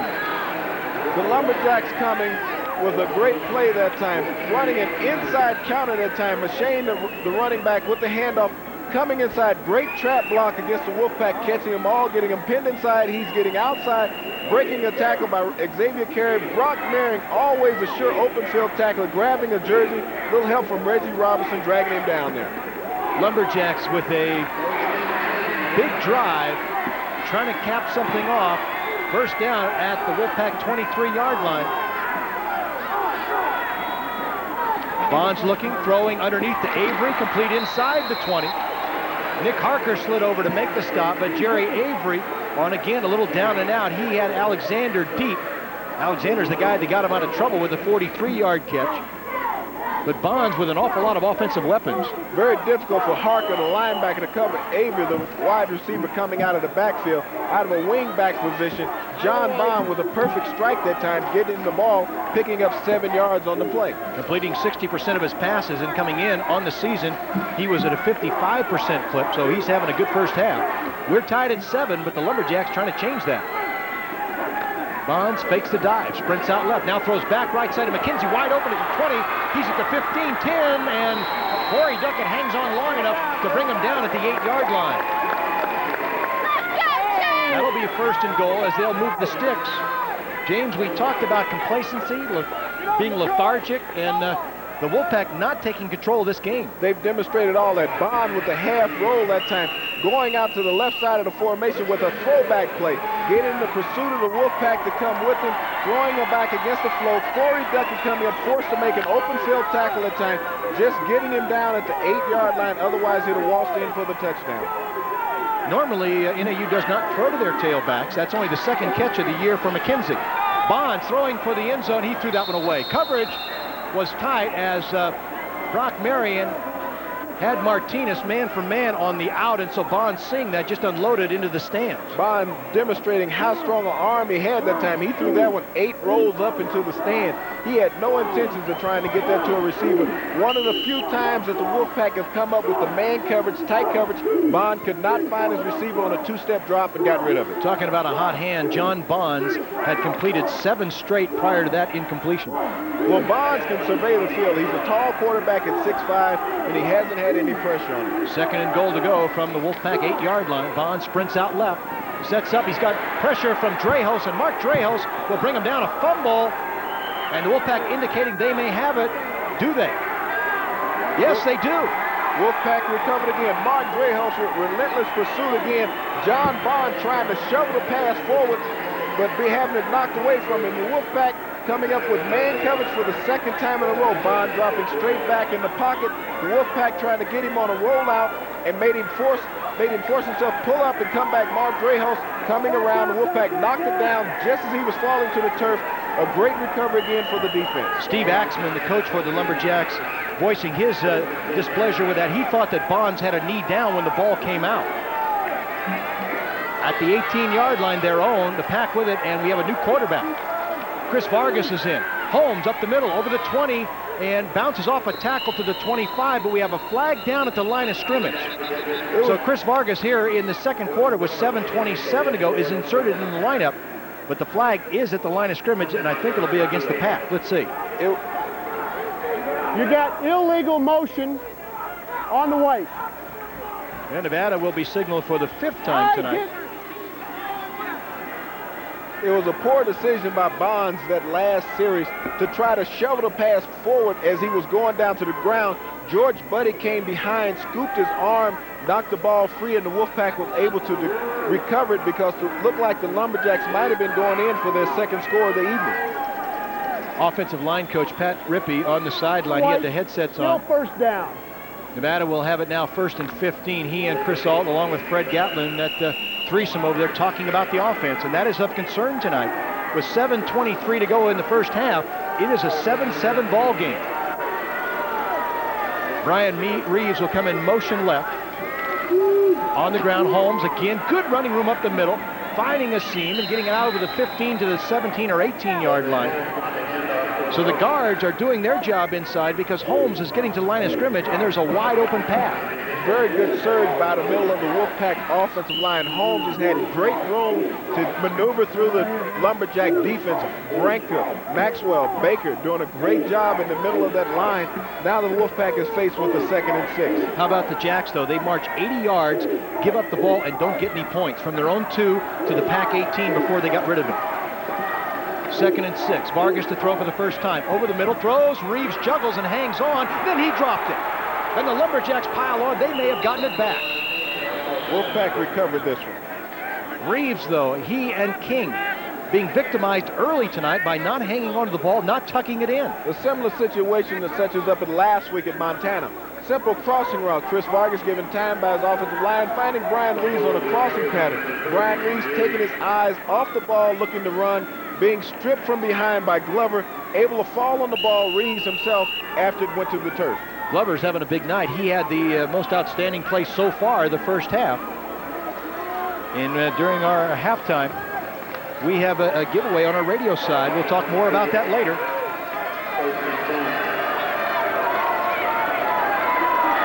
Vargas has him 1st and 10 at the 18, or make that the 24.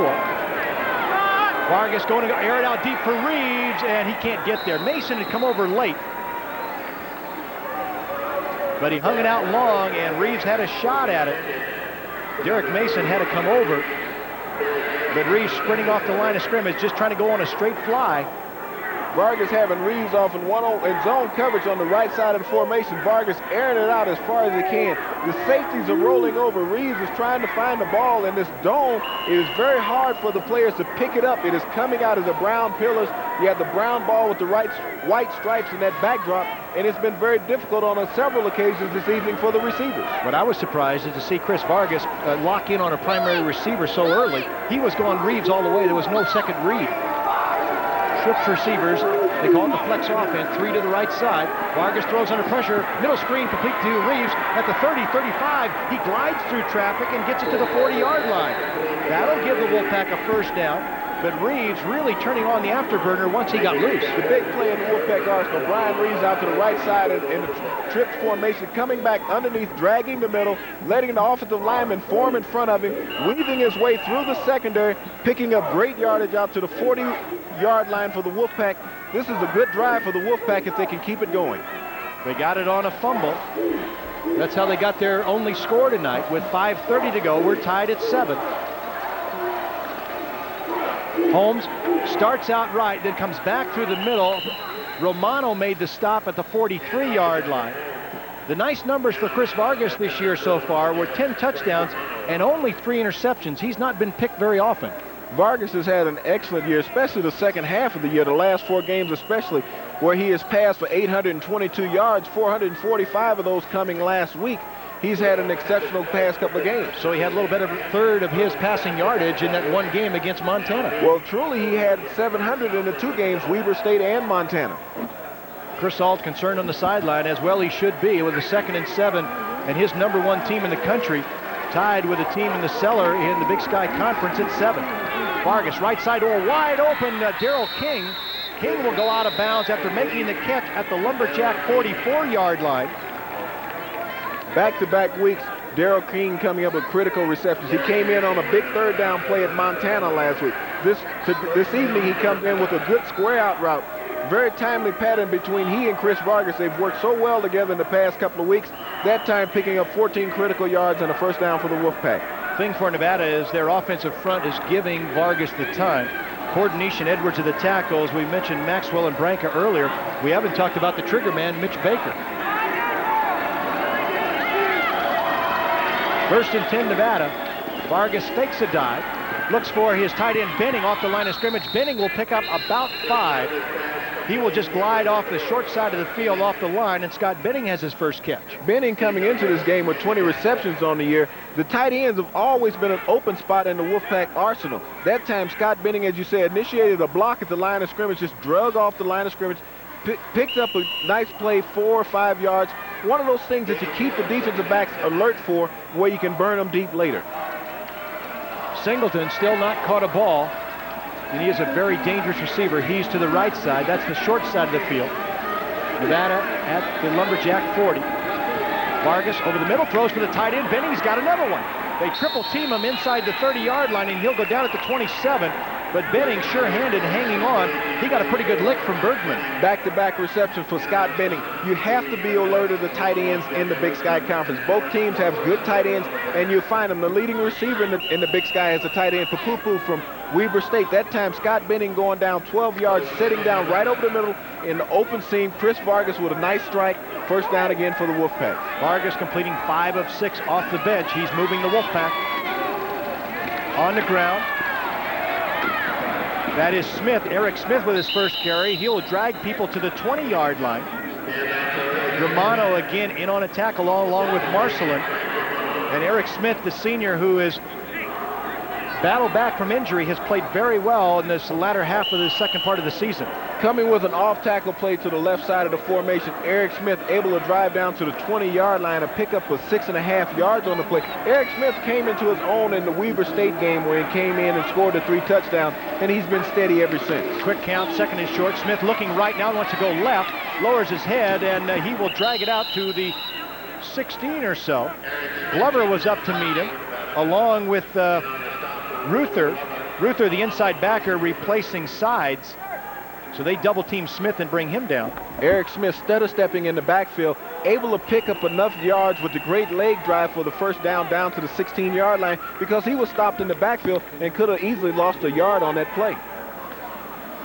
You're right, James. They mark it at the 16, 1st and 10. 2 wide receivers right. Singleton is the wide man. On the ground, Holmes nudging it to the 15 or so as the Lumberjack defense stiffens. Romano has been in on a lot of tackles along with Chris West, number 78. Romano's had an excellent game here in the first half. He's coming up, he's recognizing what the Wolfpack is doing in their running scheme, and he's been able to be in on a lot of tackles. The Wolfpack they get into like a repetition mode, and Romano has recognized that, and he's been able to bring down Holmes on several occasions tonight. Vargas brings him to the line again. Second, and this time about 9. Ball right at the 15. 2:35 to go in the second quarter. Vargas looking left side, throws a catch and out of bounds. That is Mike Sr., I believe. It is Sr.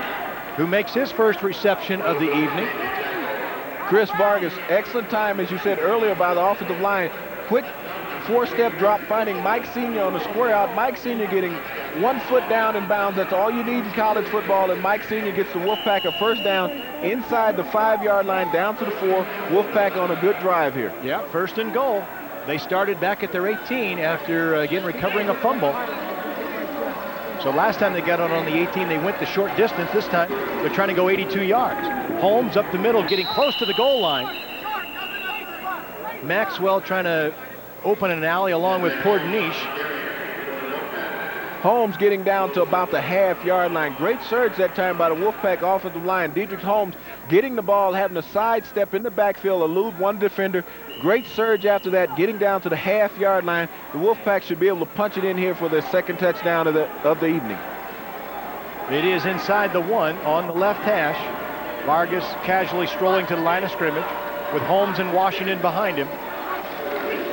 Again, Washington will get the call. He'll go in easily. He'll go in untouched as he turned the corner right side, and Keith Washington with a pair of scores tonight. Great run by Keith Washington. Great drive by the Wolfpack to march the ball all the way downfield. 82 yards for the touchdown. Dual backs in the backfield, Washington and Holmes. Counter action in the backfield. Alan Maxwell pulling around, looking for someone to block. No one showed up. Keith Washington waltzed into the end zone for his second score of the evening. Branca had kicked somebody out to the right side. And Washington again following the convoy of Maxwell. And the Dinger will try to make it a 14-7 game with 1:50 to go before halftime. Ryan O'Donnell is the snapper, Williamson the holder, and we have a 14-7 ball game. The Wolfpack scoring early and late in the half, and so we will take a timeout here in Flagstaff, Arizona. 14-7, Nevada leads. We'll be right back. Hi, I'm Leo Sievers of Pioneer Citizens Bank. Nevada's changed over the years. New folks, new faces, new businesses. We at Pioneer Citizens have been the local bank Nevadans have counted on for more than 25 years. There's good reason for that. We understand that prompt response to our customers' banking needs is vital in today's hectic world. We pride ourselves on knowing our customers and their special needs. Come talk to us. We believe you'll rediscover the quality of service a local bank can offer. Equal housing lender, member FDIC. What's your way? The Whopper from Burger King. Flame broiled, never fried. Made just the way you want it. What's your way? Have it any way you want it. Take it off or put it The on. Whopper from Burger King. If your way is a flame broiled Whopper, try the Whopper combo meal for just $2.99. Get a Whopper your way, medium fries and medium drink for just $2.99. Only at Burger King. Hard to tell whether tonight will be the night of the turnover for the Wolfpack. Both scores were initiated by turnovers. The first drive going 18 yards, that one 87 yards, and an extended drive, 5 minutes and 42 seconds. The Dinger with a good end-over-end kick. All the way to the 4-yard line, 10, 15, and at the 20. Jackson made the first hit. Andre Howard was also there.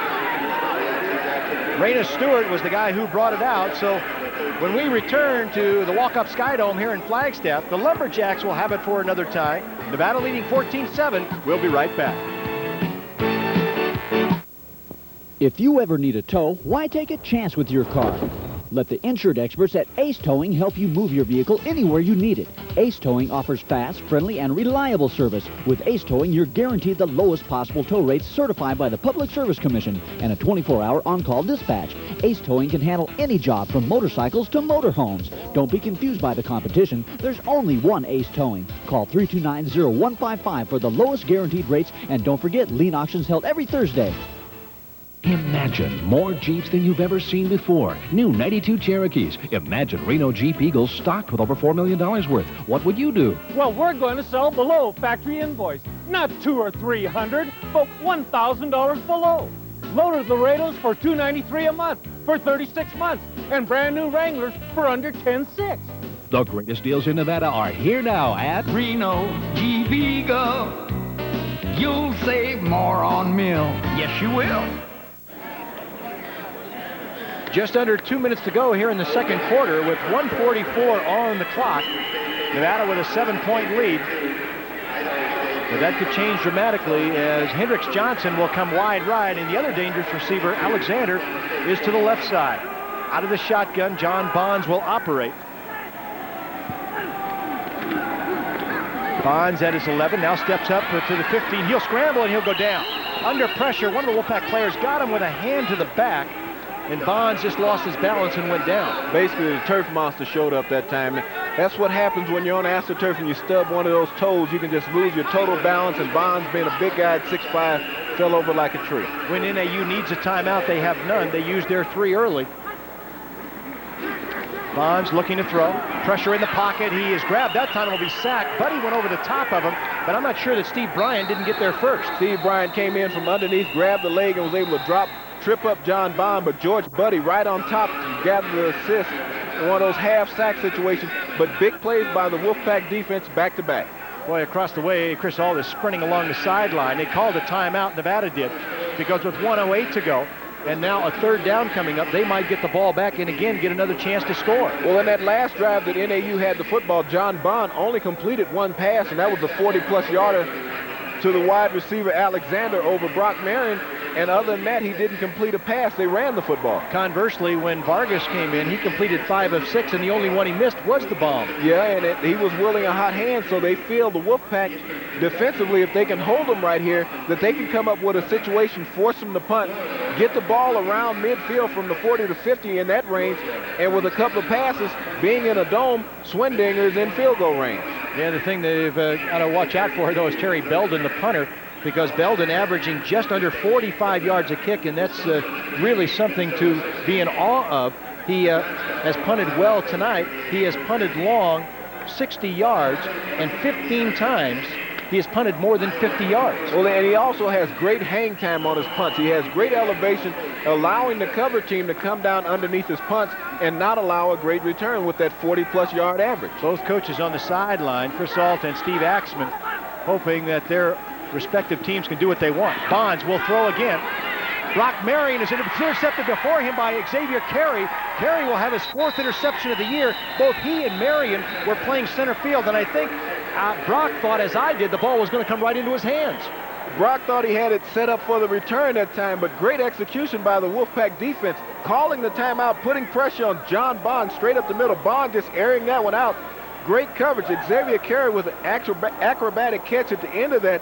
Brock Marion thought he had it to return, but Xavier Carey with the interception, that's only the Wolfpack's 5th interception in their last 5 games. And amazingly so, 21 in the 10-ball game so far. But Marion, again, cruising back, and he looked like he was going to take off with it. But Xavier Carey, high to spirit. Playing center field where the safety should be, the cornerback was, and conversely, the safety came up with it. At the 39-yard line of the Lumberjacks, Nevada with the ball. They have 58 seconds to work with.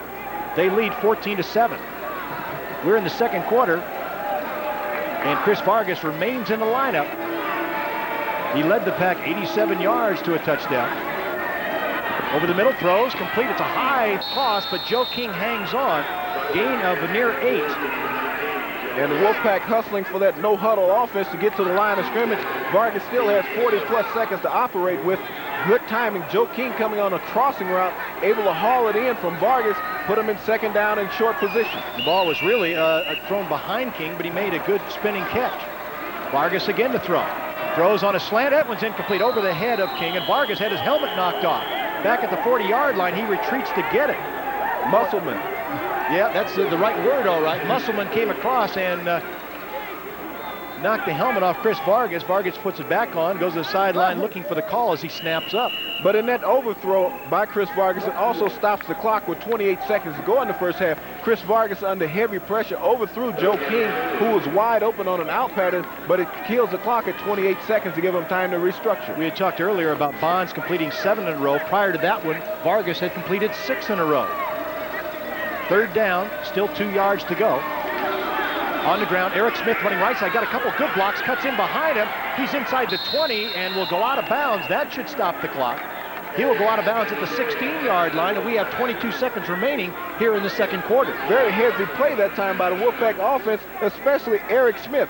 The Wolfpack lining up in a sure passing situation, but looking at the formation of the defense, Chris Vargas handed the ball off to Eric Smith on a sweep around the right side. Eric picking up excellent blocking from Billy Branca and Tony Edwards, but the greatest thing Eric did was go out of bounds at the end of the run to stop the clock. That he did. First and 10 at the 16-yard line with 22 ticks remaining. Vargas straight back. He's got protection. Looking, sorting out receivers. Hits Brian Reeves at the 10. He'll go out of bounds near the 5-yard line. 15 seconds remain here in the second quarter. The Wolfpack would like to get their third score. They lead 14-7 as we approach halftime. And this is what you expect from the Wolfpack offensive line. All the time in the world for Chris Vargas to find a receiver. Brian Reeves was his third receiver coming across on a crossing pattern from the left to the right side of the formation. Brian Reeves in the underneath route, underneath the coverage, stepping out of bounds at the 6-yard line, stopping the clock with 15 seconds to go. Chris Vargas in fine operating range to put a touchdown on the scoreboard with no time to go in the second quarter. 6 yards away from a score on a first and goal. Pressure up the middle by the Jacks. They give it to Smith. They're going to drop him back near the 10-yard line. Lumberjacks were coming right up the middle with 10 seconds left to go. Vargas calls a timeout. But Eric Smith had no running room at all.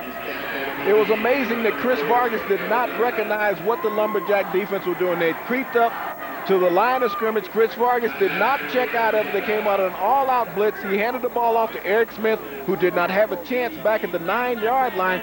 Chris Vargas has to recognize what the defense is doing and save those yards and keep himself from being in a vulnerable position like that. Walton got to him first, and then Bergman, who was blitzing the strong safety, made the tackle because Smith got out of the first charge by Walton, who had a hand on him, but then there was no running room at all. He had no chance. When he got the handoff, he was hit right as he got the handoff.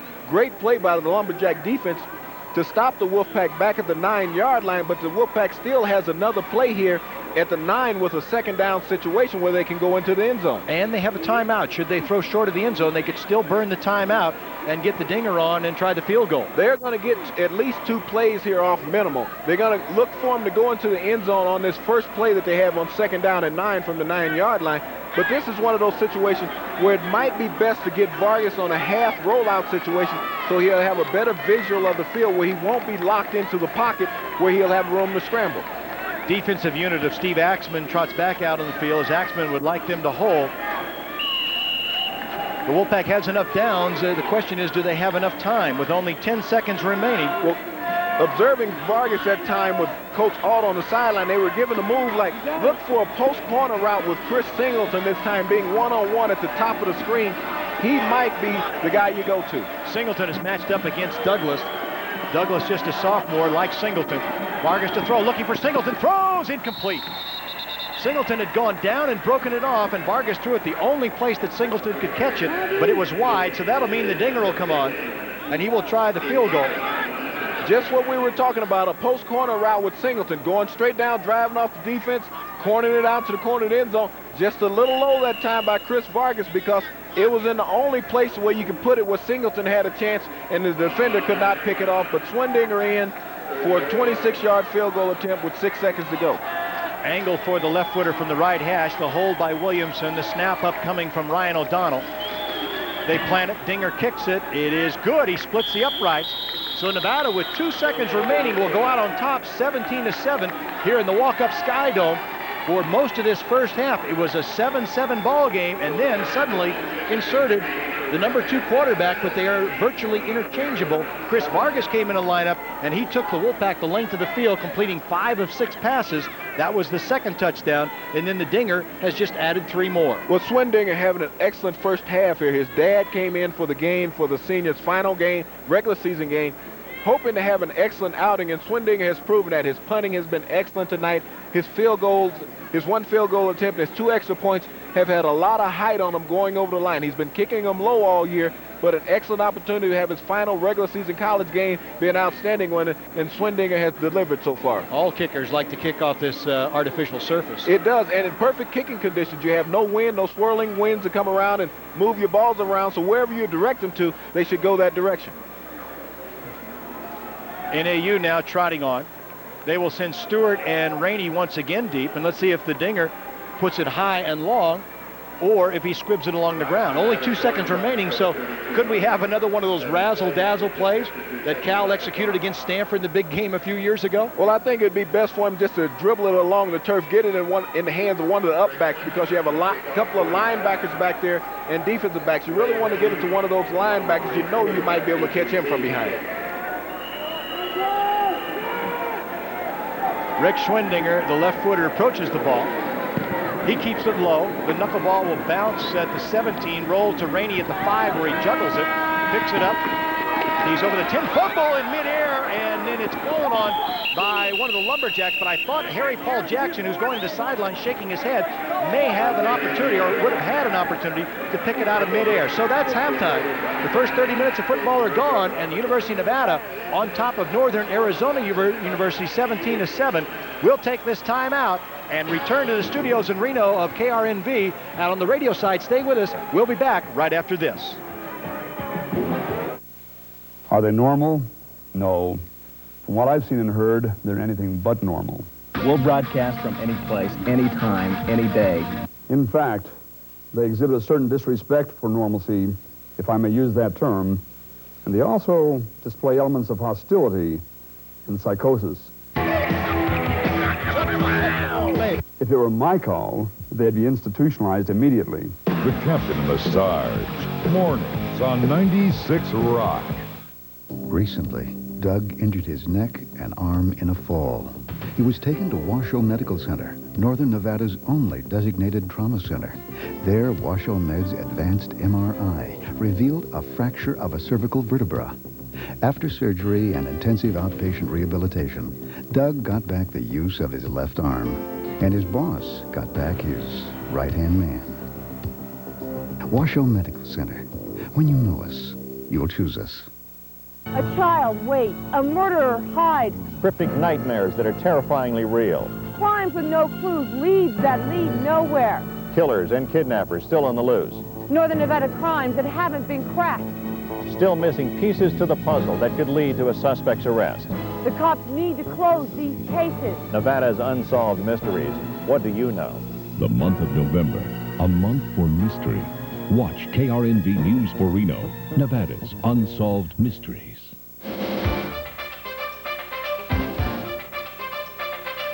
Running with the Pack halftime report with Kurt Sieglin. Hello again, everyone. We are at halftime. The Wolfpack out to a 17-7 lead on the Northern Arizona Lumberjacks. Let's take a quick look at some of the highlights of the first half. N.A.U. started very unimpressively. They got the ball first. First play from scrimmage, quarterback John Bonds fumbles the snap. Wolfpack pounced on it. They took over deep in N.A.U. territory. Fred Gatlin is back at quarterback. He wasted no time getting the Pack on the doorstep. Keith Washington then plows that door down. 4-yard touchdown run. Pack was out in front 7-0. Next time they got the football, the Pack with a big call. 4th and inches. They go for it at their own 17. Gatlin gets the first down. Gutsy call for Chris Ault. That kept the drive alive. But the Pack did not take advantage. A couple plays later, Gatlin with a horrible throw. He's picked off in the flat by Will Glover, and Glover is off to the races. One man to beat, that's Fred Gatlin. But Glover gets away. 56-yard touchdown. This game all tied up at 7 apiece. John Bonds then got the Lumberjack offense moving. He goes long down the left sideline. Hendricks Johnson is there. He beats Will Lackey. Wolfpack's secondary with more problems in the first half today, but the defense held. N.A.U. was forced to punt. But Bonds kept on firing, pinned at their own 2-yard line. He goes for the bomb down the far side. This time a big-time catch by Rod Alexander out of bounds at the 45. The Jacks kept moving. But again, they are their own worst enemy deep in Pack territory. Bonds under pressure. He fumbles the ball. The Pack recovers as the defense comes up very big.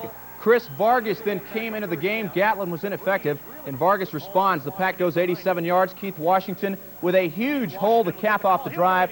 1-yard plunge. Pack in front 14-7. Rick Schwindinger added a 26-yard field goal before the half. 17-7 is our score at the intermission. Now, if the Wolfpack wins tonight, they'll go down as one of the best teams Nevada has ever had. There have only been 2 perfect regular seasons, 1978 and 1986. The Pack is now just 30 minutes away from joining some very elite company. And this is our last regular season broadcast this year. We know that you're having a lot of fun, and so are we. But it takes a lot of work to get the Pack on the air. News 4's Troy Hayden joins us now live to tell us a little more about the behind-the-scenes actions. And Troy, I guess I'll just toss it to you. Thank you, Kurt. Nice toss. And I mean that, folks. He had to go through lights and everything. Hey, Kurt Sieglin is working hard today, but he's definitely not the only one out here. Let me take off this mic and I'll show you what I mean.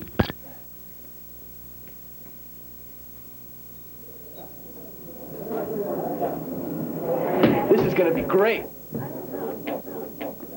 This is what we call quality control. All of these machines make sure our picture looks good. And speaking of quality, here's a guy that knows his stuff. Ron, how's this looking here today? Looks fine. An expert, a real expert. Now come on over here. Okay, and here we go. Now we're going into the control room here, just a beehive of activity, getting ready for the kickoff of this game. Let me introduce you to a couple of people. This is Mary Campana. Mary, do you have a second? Wait, tell us what you're doing here. Star Senior producer. Producing from the studio. I can't do this.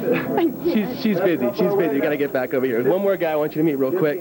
This is the guy that makes it all work. This is Ralph Tajay. Ralph, tell us about what you're doing here. Worry.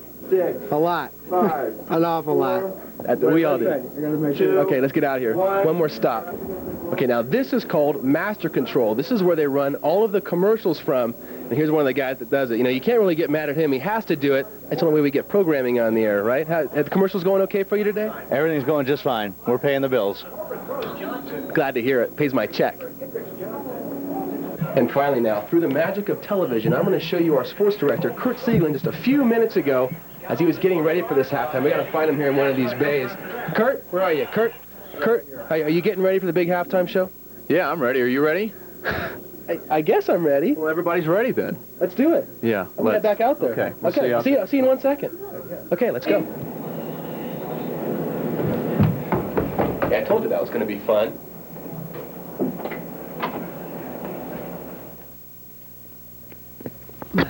So like I told you, there's definitely a lot going on behind the scenes, but now I'm going to toss back to Mr. Spotlight himself, Kurt Sieglin. You ready, Kurt? Got it. Thank you very much, Troy. When we return, they called it the Super Bowl of college football today. #1 Florida State versus #2 Miami. We'll have all the highlights. And there's a new champion of Northern Nevada high school football. Is it Worcester or South Lake Tahoe? Find out next as the Running with the Pack halftime report continues.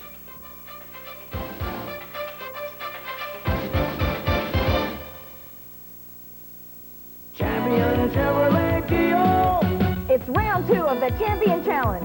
Introducing Nevada's biggest truck center with the largest selection of used trucks in Northern Nevada. 4x4s, two-wheel drives, mini trucks, and full-size trucks. Come get a knockout deal on a quality used truck at the new pre-owned truck center during the Champion Challenge, where you're the winner. Champion Chevrolet Deal. A year ago, Tim lost his right thumb in an accident. His parents rushed him to Washoe Medical Center. Their replantation microsurgeon, Dr. Louis Benaldi, performed a series of tenorrhaphies, neural coaptations, and venous and arterial anastomoses.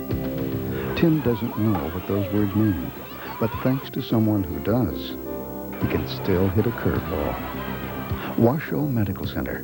When you know us, you'll choose us. Of all the important safety features we put in the new Camry, some may seem a bit extravagant.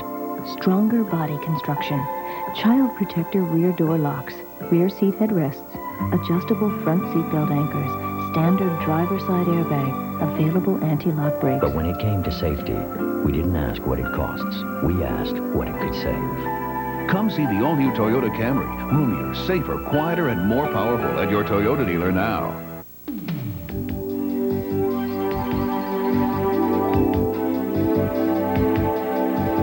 Play with us, skate with us.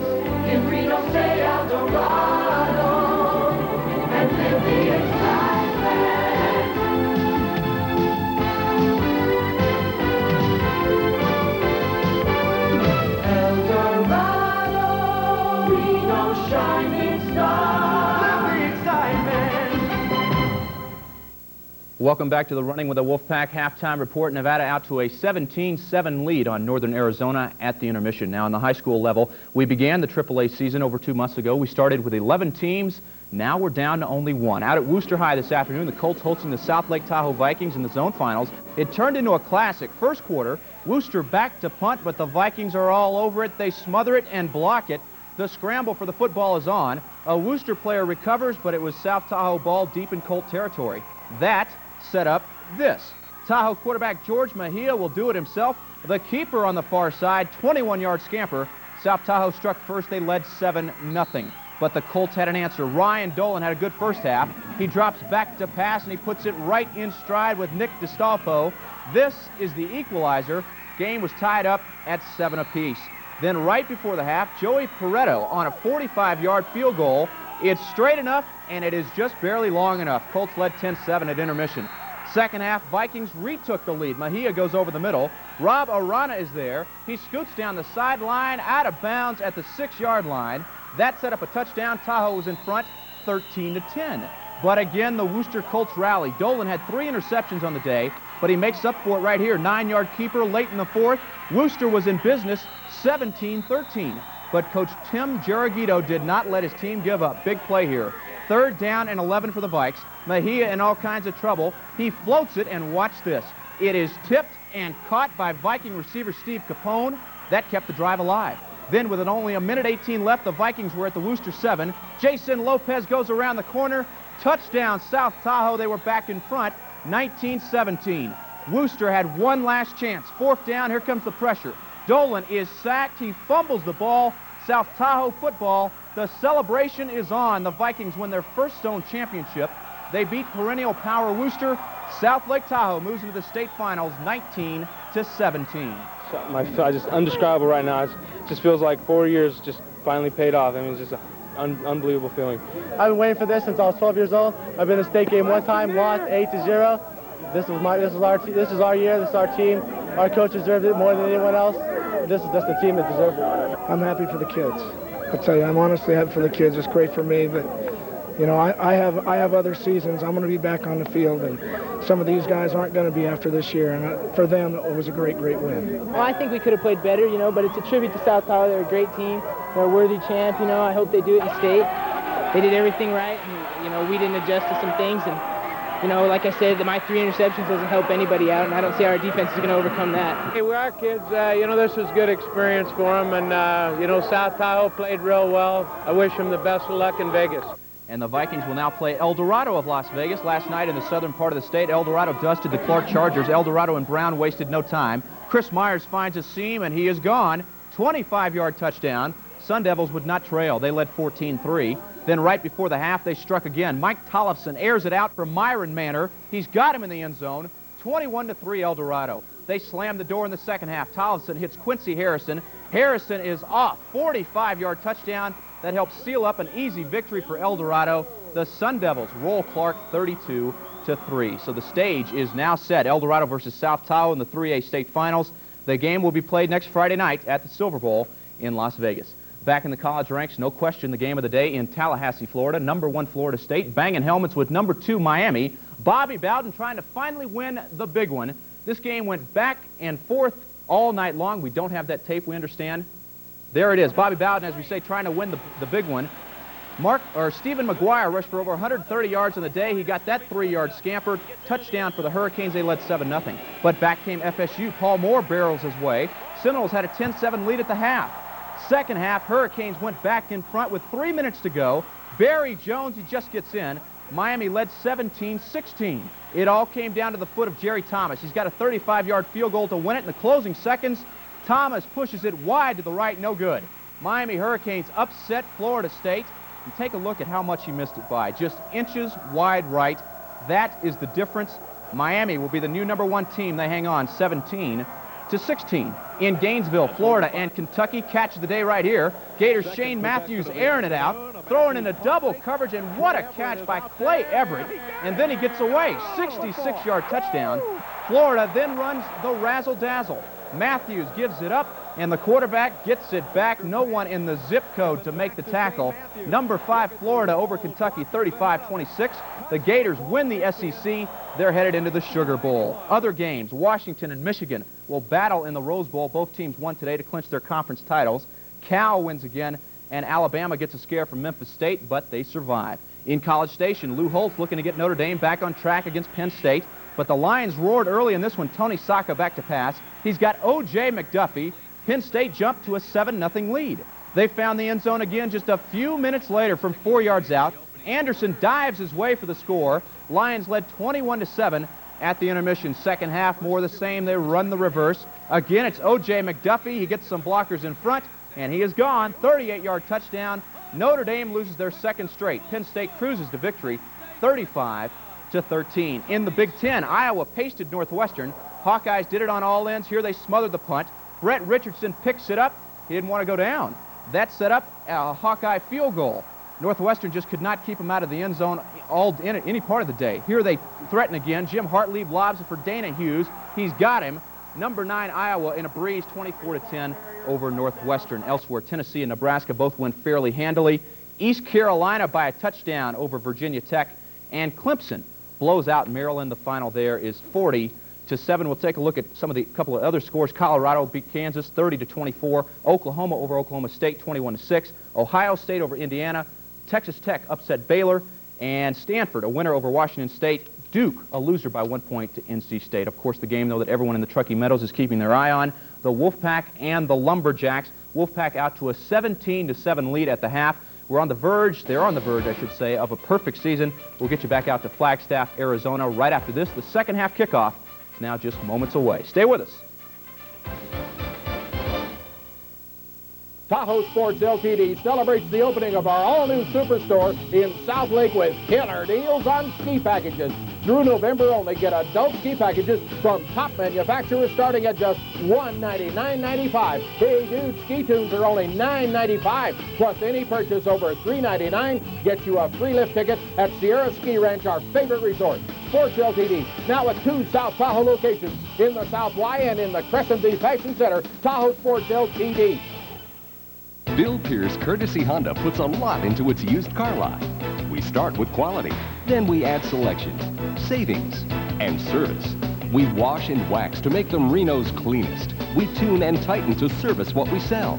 Then we make them Reno's best deals with easy financing and prices starting at just $19.90. Visit the used car lot at Bill Pierce Courtesy Honda today. We put a lot into it, so you get a lot out of it. This football season, I'm bringing the stadium to your home with Mitsubishi large screen television. Hi, this is Brad Ballot, inviting you to Wild West for the purest quality big screen picture. It's Mitsubishi, featuring Diamond Vision. Buy Mitsubishi big screen televisions with no money down and payments as low as $77 a month. And I'll deliver it anywhere in the Truckee Meadows for free. For the lowest prices and largest selection of Mitsubishi large screen TVs, it's Wild West. 2640 South Virginia in the heart of Reno, because we live here too. Discover the Journal, discover what's new. Discover the new Gazette Journal. New features, columns, sections, and more on the subjects that affect your way of life. It's a whole new look, brighter and easier to read. Discover why over 165,000 of your neighbors who read it every day don't be left out. Discover the new Gazette Journal. Discover the way we cover you all. Gazette Journal, discover what's new. Discover what's in it for you. Running with the Pack Halftime Report, brought to you by Western Telephone.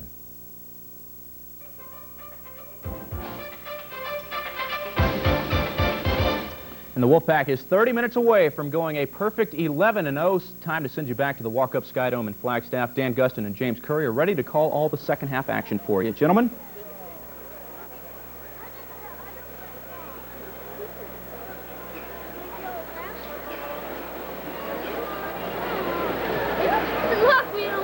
Once we get done,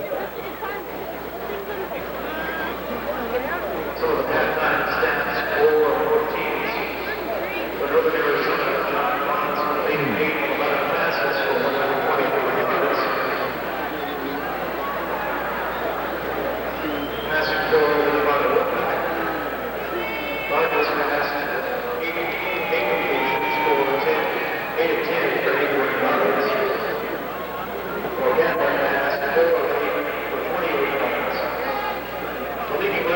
we are back in Flagstaff, Arizona. It's been a very interesting first half. It's kept the crowd that is here tonight.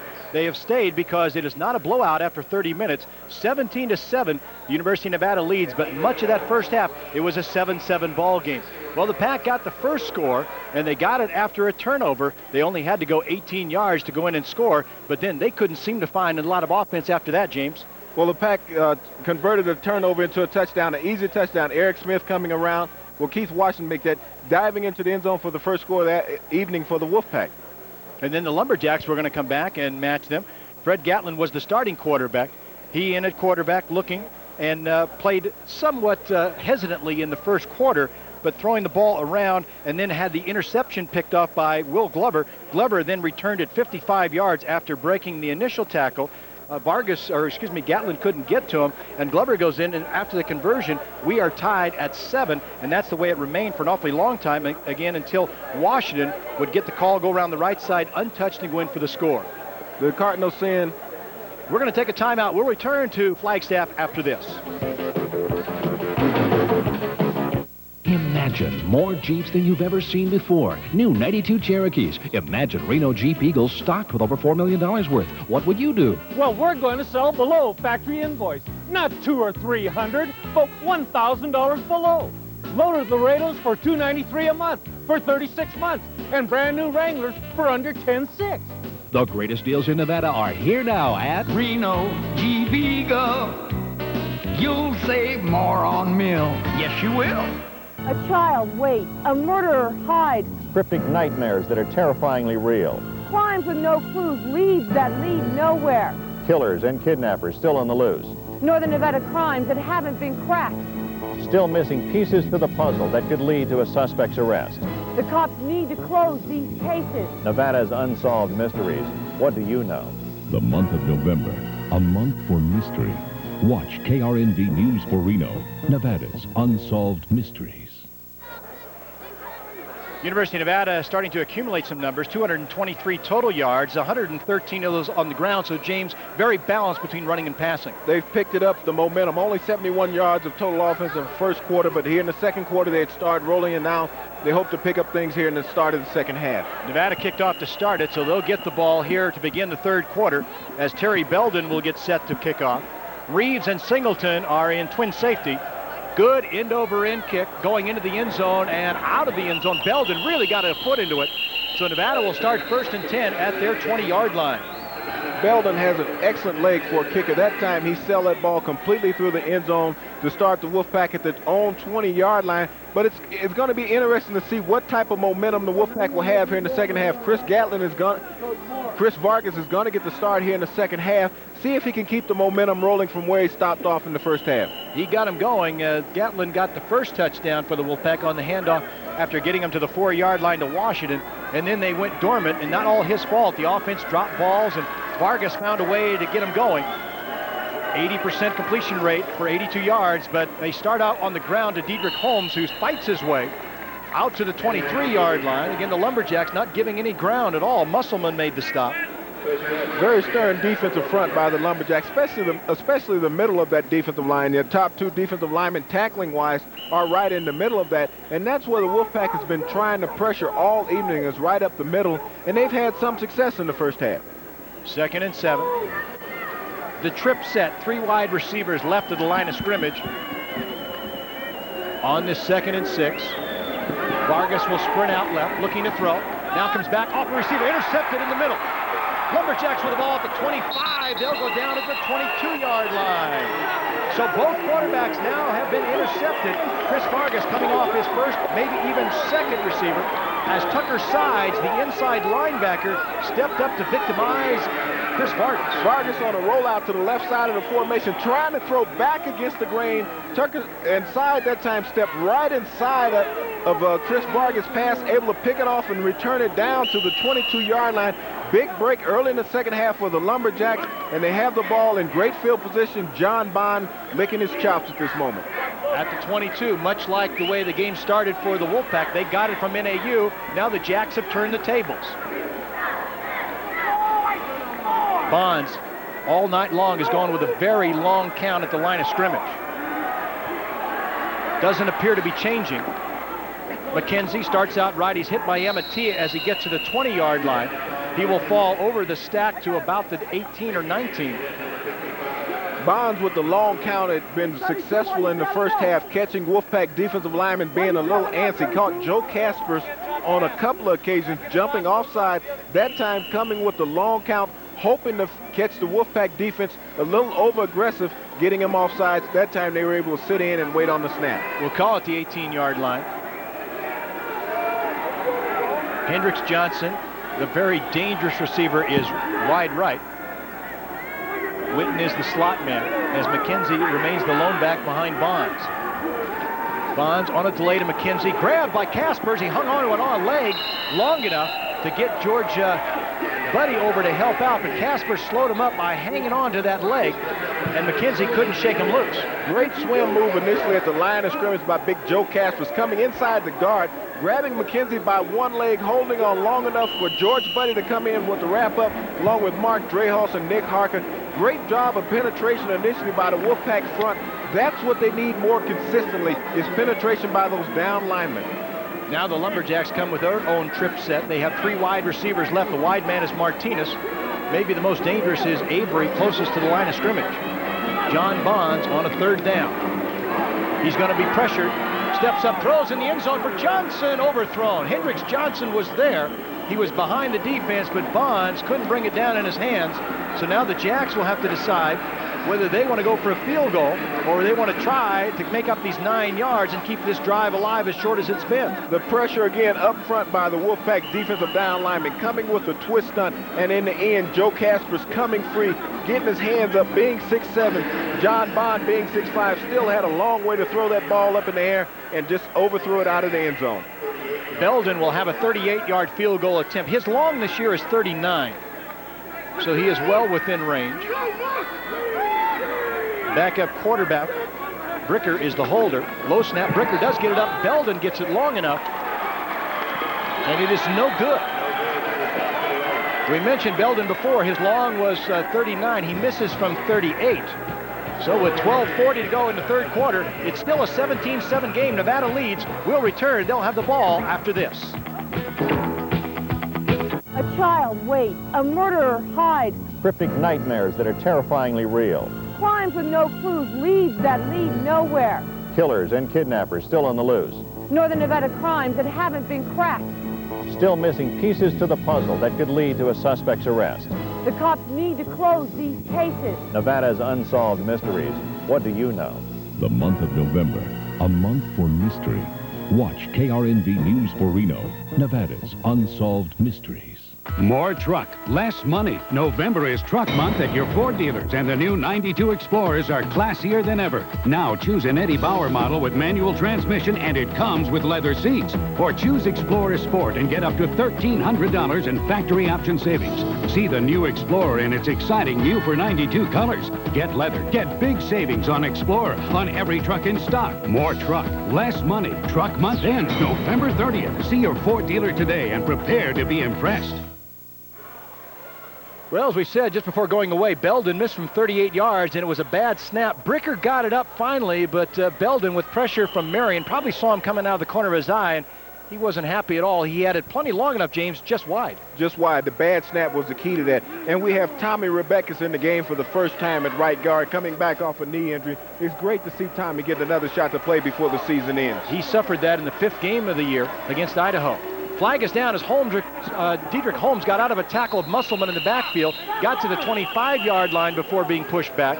But we had a flag instantly right on the snap. Well, you had one of the down linemen jumping initially at the line of scrimmage, getting a little over-anxious, trying to anticipate the count, and Chris Vargas was on the defense. Well, it'll be against the defense. Surprise, surprise. Chris Vargas was able to get him jumping to the neutral zone, and Mitch Baker, being headsy, snapped the ball a little ahead of the count, and they were able to execute the play, but they should take the penalty here, put themselves in a 1st down and 5 situation. James, let me mention for our audience that a week from tomorrow, let's get the call once again. On the defense, 1st down. So it's still the same, and it is 1st and 5 now. But next Sunday, the 24th, it'll be the awards brunch at 10:30 at the El Dorado Hotel. And you better get a ticket this week because they don't expect there'll be tickets remaining at the door. They only have 400, and they draw a crowd. They do. It's an excellent outing for the players. Vargas at quarterback, gives to Holmes, trying to get wide right. Good blocking at the line of scrimmage. He's over the 30. He ran right out of a tackle to the 35, maybe the 37-yard line. Boy, at the point of contact, the line of scrimmage, the offensive line made contact, and they would not let go. Well, they've done a tremendous job of blocking tonight to get Holmes outside on the sweeps, and that time running a sweep to the right side of the formation, getting outside. Dietrich Holmes was able to turn the corner. Good job from Tony Edwards sealing the corner. Brian Reeves downfield with an excellent attack block. The little wide receiver knocking people on their feet, and Holmes able to pick up 11 yards for the first down. 77 yards and 16 carries on the evening. We're here early in the third quarter. And Nevada still leading 17-7. That was our halftime score. Holmes again running, and running strong over the 40 to the 45-yard line. On first down, he'll pick up good real estate. And now the Wolfpack will operate second and short. And a good thing about that last play is that Tommy Rebekis was able to pull around and get right in the middle of the action. The excellent kick-out blocks. Tony Edwards going up in the hole, knocking down a couple of defenders. Holmes going on and picking up 7 yards on the run. Officials time, a very brief one. Excuse me, James, when Chuck Walton wants to lip off. They thought initially he may be a little more severely injured, but he'll get off under his own power and check him out. Vargas again brings him to the line of scrimmage. Mitch Baker, the center, out over it on a quick count. Holmes starts out left and then dragged down by Bergman. Bergman blowing across the line of scrimmage very quickly. That 6 foot, 195-pound freshman strong safety was in Holmes' area before he could get anywhere. That time Bergman coming in on a safety blitz, coming in a true freshman that time, coming across the line of scrimmage, meeting another true freshman in the backfield for a loss of 2 on the play. Big defensive play that time by Bergman, the strong safety. Nobody touched him. 3 wide receivers left. On a third down, Nevada trying to convert. They lead by 10. Vargas looks on a slant. Reeves has to go off his hands, but in fairness to Brian Reeves, the ball was thrown well behind him. He tried to make an acrobatic catch in midair, and he just couldn't hang on. That time, Chris Vargas had adequate time to throw the football from his offensive line. Just a straight drop back pass. Chris Vargas had Brian Reeves coming in on a post over the middle, wide open, threw the ball behind Reeves. He had no chance to catch that one. Went off his fingertips as he did a 180 in the air trying to come back and get the football. Schwindinger will punt. He has a 41 and 53-yarder. Those were both in the first half. His first kick of the second half setting up as Avery is the single safety. Low snap, and Dinger handles it, and he gets it off. Good end-over-end kick. Fair catch called by Avery right at the 15-yard line. And the Lumberjacks will have it there. They may mark it as much as the 16, but no return on it. Our score is still the same as it was at halftime, 17-7. Nevada leading Northern Arizona. We'll return to Flagstaff in just 1 minute. It's not easy to follow in the tracks of a legend. Ask Ford Explorer. With 190 horses, Jeep Cherokee runs circles around her. Compare fuel economy and warranty. Explorer falls short. Finally, Cherokee has available 4-wheel anti-lock brakes. Explorer doesn't. Sorry, Explorer. This probably isn't a good time to bring up price.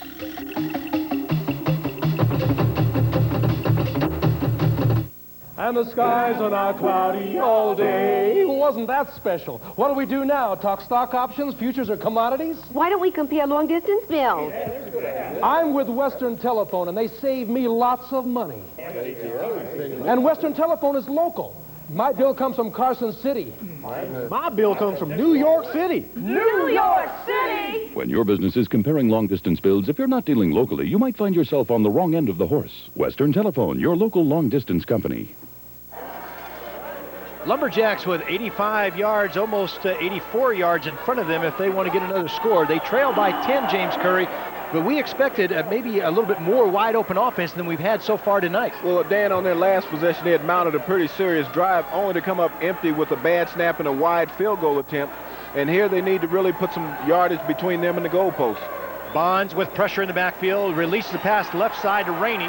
Rainey bumps into his own blocker and finally chased down after near a 10-yard gain Lynn Rainey again, we talked about speed burners. Johnson along with Alexander. Rainey's a guy you don't want to give much room to because he'll leave you behind. Well, really, here's the action in the backfield by John Bond, the quarterback, eluding the rush. He should have been dropped in the backfield by the Wolfpack defenders, but big Joe Caspers that time with pursuit from the backside, able to run down Rainey. Brock Marion holding him up, warding off one of the linemen that had gotten downfield in front of him. Great job by Brock not being knocked off his feet. James, if I hadn't seen it, I wouldn't say that Joe Caspers would run anybody down from behind. Well, he rolled over there. Gain of 9, so they're about a yard short of the first down. Bonds will try to get that on the ground, straight up the middle. Again, Rainey, he should have it. Gonna be short. Joe Caspers again with a great play, stopping him short of the 25-yard line. Joe Caspers with 2 good plays back-to-back with the pursuit of Rainey on the swing pass, and that time with the great penetration, shedding the blocker, catching him just at the 30-yard line. It's gonna be 3rd and short. Chris Alden, Fred Gatlin. Gatlin, who started, been replaced so far with Vargas.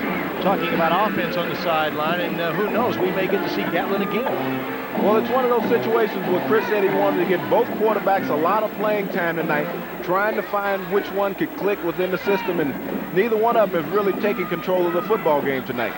3rd and just inches. You were right, they were short. Again, they try. They, this time, may have it, but Casper steps up to make the hit. Very favorable spot that time by the official, but Joe Caspers caught him right at the line of scrimmage. It's going to all depend on the spot. Joe Caspers coming across from his tackle position, grabbing Avery right there at the line of scrimmage, not allowing him to get that surge going, driving him back. Big Joe Caspers with 3 good plays back-to-back. Casper stopped the momentum, and then Clafton came in low and dropped Rainey. Rainey, when he was down and after the play was over, kind of looked over his shoulder and said, who was that big guy that wrapped me up? Well, he wrapped him up on 3 separate occasions, and now Joe is lumbered off the field, and Roger Pelham is in replacing him. Got enough for the first down. Bonds on first, in the pocket, hit from the backside, but he gets loose. Trying to run wide right. He'll get near the 30-yard line. As the Wolfpack closed very quickly. George Buddy was the guy who ate up the distance and got Bonds down because Bonds looked like he had room to the right side. John Bond feeling all kind of pressure, dropping straight back in the pocket on a 3-step drop. Mark Drehus with Mike Rogers with tremendous pressure right up the middle, forcing him out of the pocket. George Buddy hustling from pursuit from behind, able to bring him down after a gain of 4 on the play. Buddy with that right arm slapping at the ball but couldn't get it loose as Bonds rolled over backward and fell down. 2nd down, Bonds sets up left, throws. Johnson's made the catch, and Marion's right on top of him. Hendricks Johnson with a catch. Brock Marion brings him down short of the first down. But what a matchup that is. Those 2 guys, premier players in this Big Sky Conference. Bonds with great misdirection in the backfield. A nice floater out to the flat. That time he was able to bring it in at Johnson, and Brock Marion right on top of him, not allowing him to pick up any extra yards after he made the reception, put him in a 3rd and 2 situation. Here in our Wolfpack simulcast tonight with 8:05 to go in the 3rd quarter. It's Nevada 17, Northern Arizona 7. All those points tallied in the first 30 minutes. Bonds again fakes a dive, rolls out right. He's got pressure, throws. A sliding McShane will catch it. Mickey McShane will catch it at the 38-yard line. That was a very difficult play by McShane that time. Bond dropping back on a rollout, coming out to the right side. McShane trickling out of the backfield out to the flat, and Bond fired it to him, but it was behind McShane, and he had to do about a 90-degree turn, and Bonds that time was able to get the ball. McShane pulled it in for the first down. So Lumberjacks trying to move those sticks. The faithful here tonight, you'd have to call them faithful, just over 3,600 attending. 3,679. They'd like nothing more than to see the #1 Wolfpack drop one. On a reverse, they come right side to Coppage after the toss to McShane. He will get about 2 or 3 yards. Dwayne Sparks, first time we've called his name in the lineup, makes the stop. Bonds with a lot of misdirection in the backfield. That time coming with one of those trick plays. The Wolfpack ready for it. Dwayne Sparks stayed at home, was able to read what was occurring in front of him and stop it for a 4-yard gain on the play. N.A.U. right now, James, not being able to convert their vertical game, and that's where they're so good. Go to Alexander or go to Hendricks. Both of them are wide receivers. That is Alexander wide to the left side. Hendricks on the opposite, obviously. But Bonds has got to look to his primary receivers. He wants to go for Hendricks Johnson. Johnson broke it off.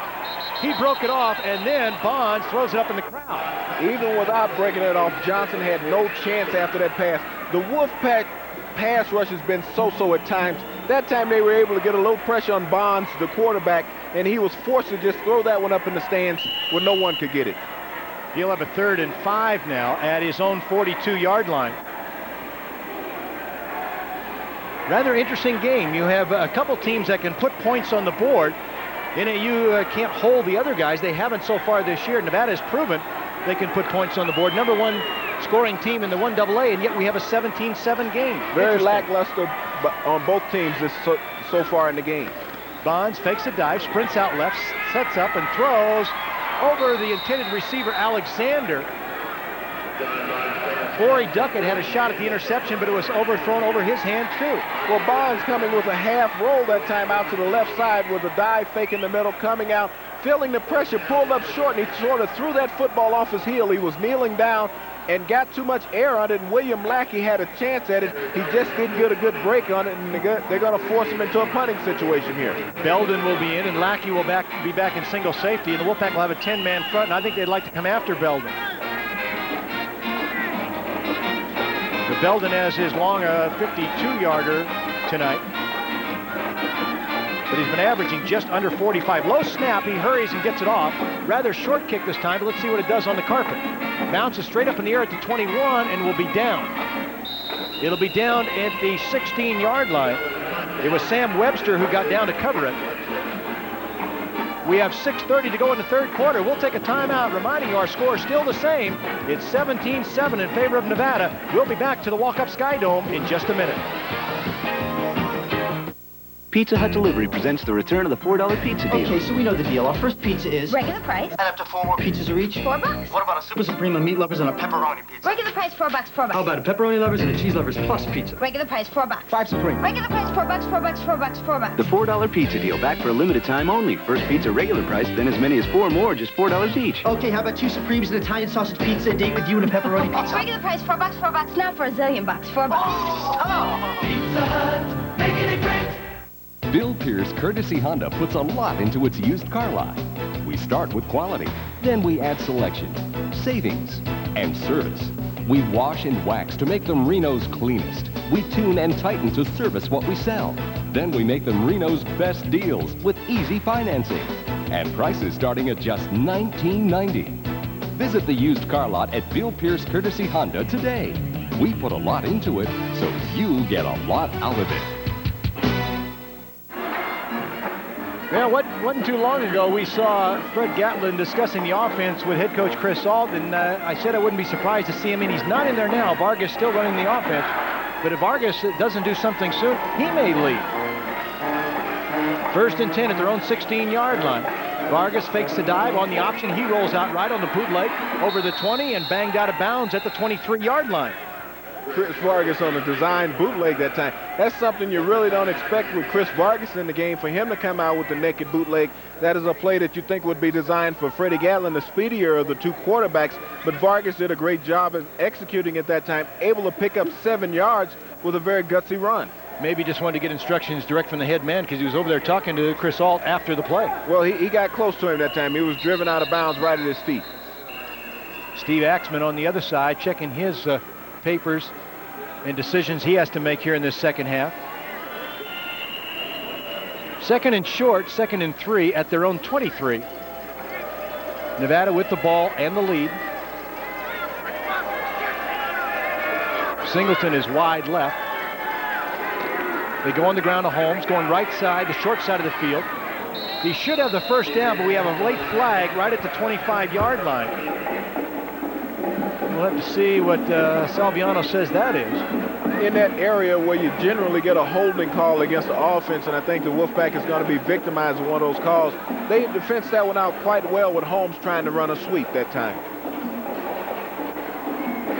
Bet. Get holding on the offense. That'll cost the Wolfpack. And remember, it's not from the line of scrimmage, it's from the mark, and Tony Edwards, who wears that striker red stripe down the middle of his helmet, is going to be the party who was whistled. When the flag went down, it was Edwards who had pinned his man to the inside and didn't let go. Tony Edwards got victimized at times, got those hands on the outside perimeter of the shoulder pads. If you keep them inside the frame, you won't get holding. But Tony got his arms outside trying to hook him and was caught by the official. It'll still be second down. Now it'll be 2nd and 13. Vargas drops the throw, looking wide open. Joe King, he's got it, and he's nailed immediately by Mason. Mason gets King, and if they give him a spot, no, they're not going to give it quite to the 30-yard line, but they'll give him to the 29, and that was by far good progress for King because he was near that. Joe King in a dual receiver formation to the left side, going down, running that square in route, taking the defensive back down 15 yards, enough for the first down, breaking it off just across the sticks. Great strike by Vargas, and that time, good completion. Bonds, 143 yards passing, and the two quarterbacks for the Wolfpack with 124 yards. Vargas looking to throw, scrambling. He threw that one away. Smith was covered, and the play was well diagnosed by the defensive unit for the Lumberjacks, and Vargas just threw that one into the carpet and got rid of it so he wasn't sacked. That time, Vargas didn't fool anybody on that attempted screen pass. Vargas right up under center, dropping back, trying to draw the defensive end. You know, little stutter step, go back a little further, but they recognized what was occurring. Chuck Walton, the nose guard, was putting tremendous pressure on Vargas, drove him into the turf just as he let that one go. Eric Smith was the intended receiver, fell short of his feet. Final scores: Arizona 31, USC 14, Texas A&M 13, Arkansas 3. Those are both finals. Oh, that A&M was a close game, and they have a fine team down in Southwest Conference. Vargas again to throw. Throws for Benning. Boy, that was close. Benning was there, but the ball knocked away. And again, the thing that amazes me, James, is the Wolfpack has had such a good vertical game. They're going horizontal. They're not picking up any momentum at all because they're throwing the ball to the sides instead of up the seam. Well, Tucker Sides have done a tremendous job of reading Chris Vargas here in the second half. The quarterback, he picked off the one early. And that time he was right on top of Scott Benning, and he almost could have had that one going the other way. But Tucker Side has been reading Chris Vargas's eyes and made a tremendous break on the ball again. Just before the ball got there, I think Benning took his eyes off it and gazed at Sides, and that's why he missed it. Looking to play defense. Third down. Vargas right side, throwing a curl complete to Reeves. He's short of the first down, though. Brian Reeves will come up short. Now, think back, James, to the first half when the Wolfpack went on fourth down way at their end. Will they go again? Well, this was one of those situations where Vargas had locked in on Reeves all the way. That's the only receiver that he was going to throw to, Brian Reeves, because he had Chris Singleton on the backside of the formation, who was 7 yards away from any defender. If he had checked off and thrown backside, he would have thrown one for a touchdown to Singleton. Douglas made the stop, and Schwindinger is in to presumably punt, although Wolfpack put in a fake punt this week. I don't know if they'll use it here or not. Jumping in the defensive unit, flags are down, the Dinger doesn't kick it. I think N.A.U. may have moved a little quickly. We're going to get some movement in the offensive line because some offensive people moved also along with N.A.U. And if N.A.U. is whistled, that'll give the Wolfpack a first down. Let's see. No, the way they're signaling on the field, Salviano probably will make the call against the Pack, but they're still talking about it. Everybody gathered around. Both sides, it's an important call. Nevada would have a first down with a penalty. Chris Ault anticipating the call. Let's see what Bob Salviano says. Easy on the whistle, Bob. Got to wave off both sides. Okay. Both sides jumped, flags went down, and then we're going to do it again. Inconclusive evidence. Yeah. Avery is deep in single safety. The Dinger has a 53-yarder tonight. He's been averaging 38 yards a punt coming into the game, and his average well above that at 45. So I guess it's a nice no call. Tom Matter, the long snapper, gets it to Dinger. Pressure, but he gets it away. Good high kick. Boy, he got that one up there. Avery calls a fair catch, and will take it right at the 20-yard line. Schwindinger really liking to punt in this dome. Well, we've got 5:28 to go in the third quarter. It's still the Wolfpack 17, Northern Arizona 7. The Jacks have it. We'll be back, though, in just 1 minute.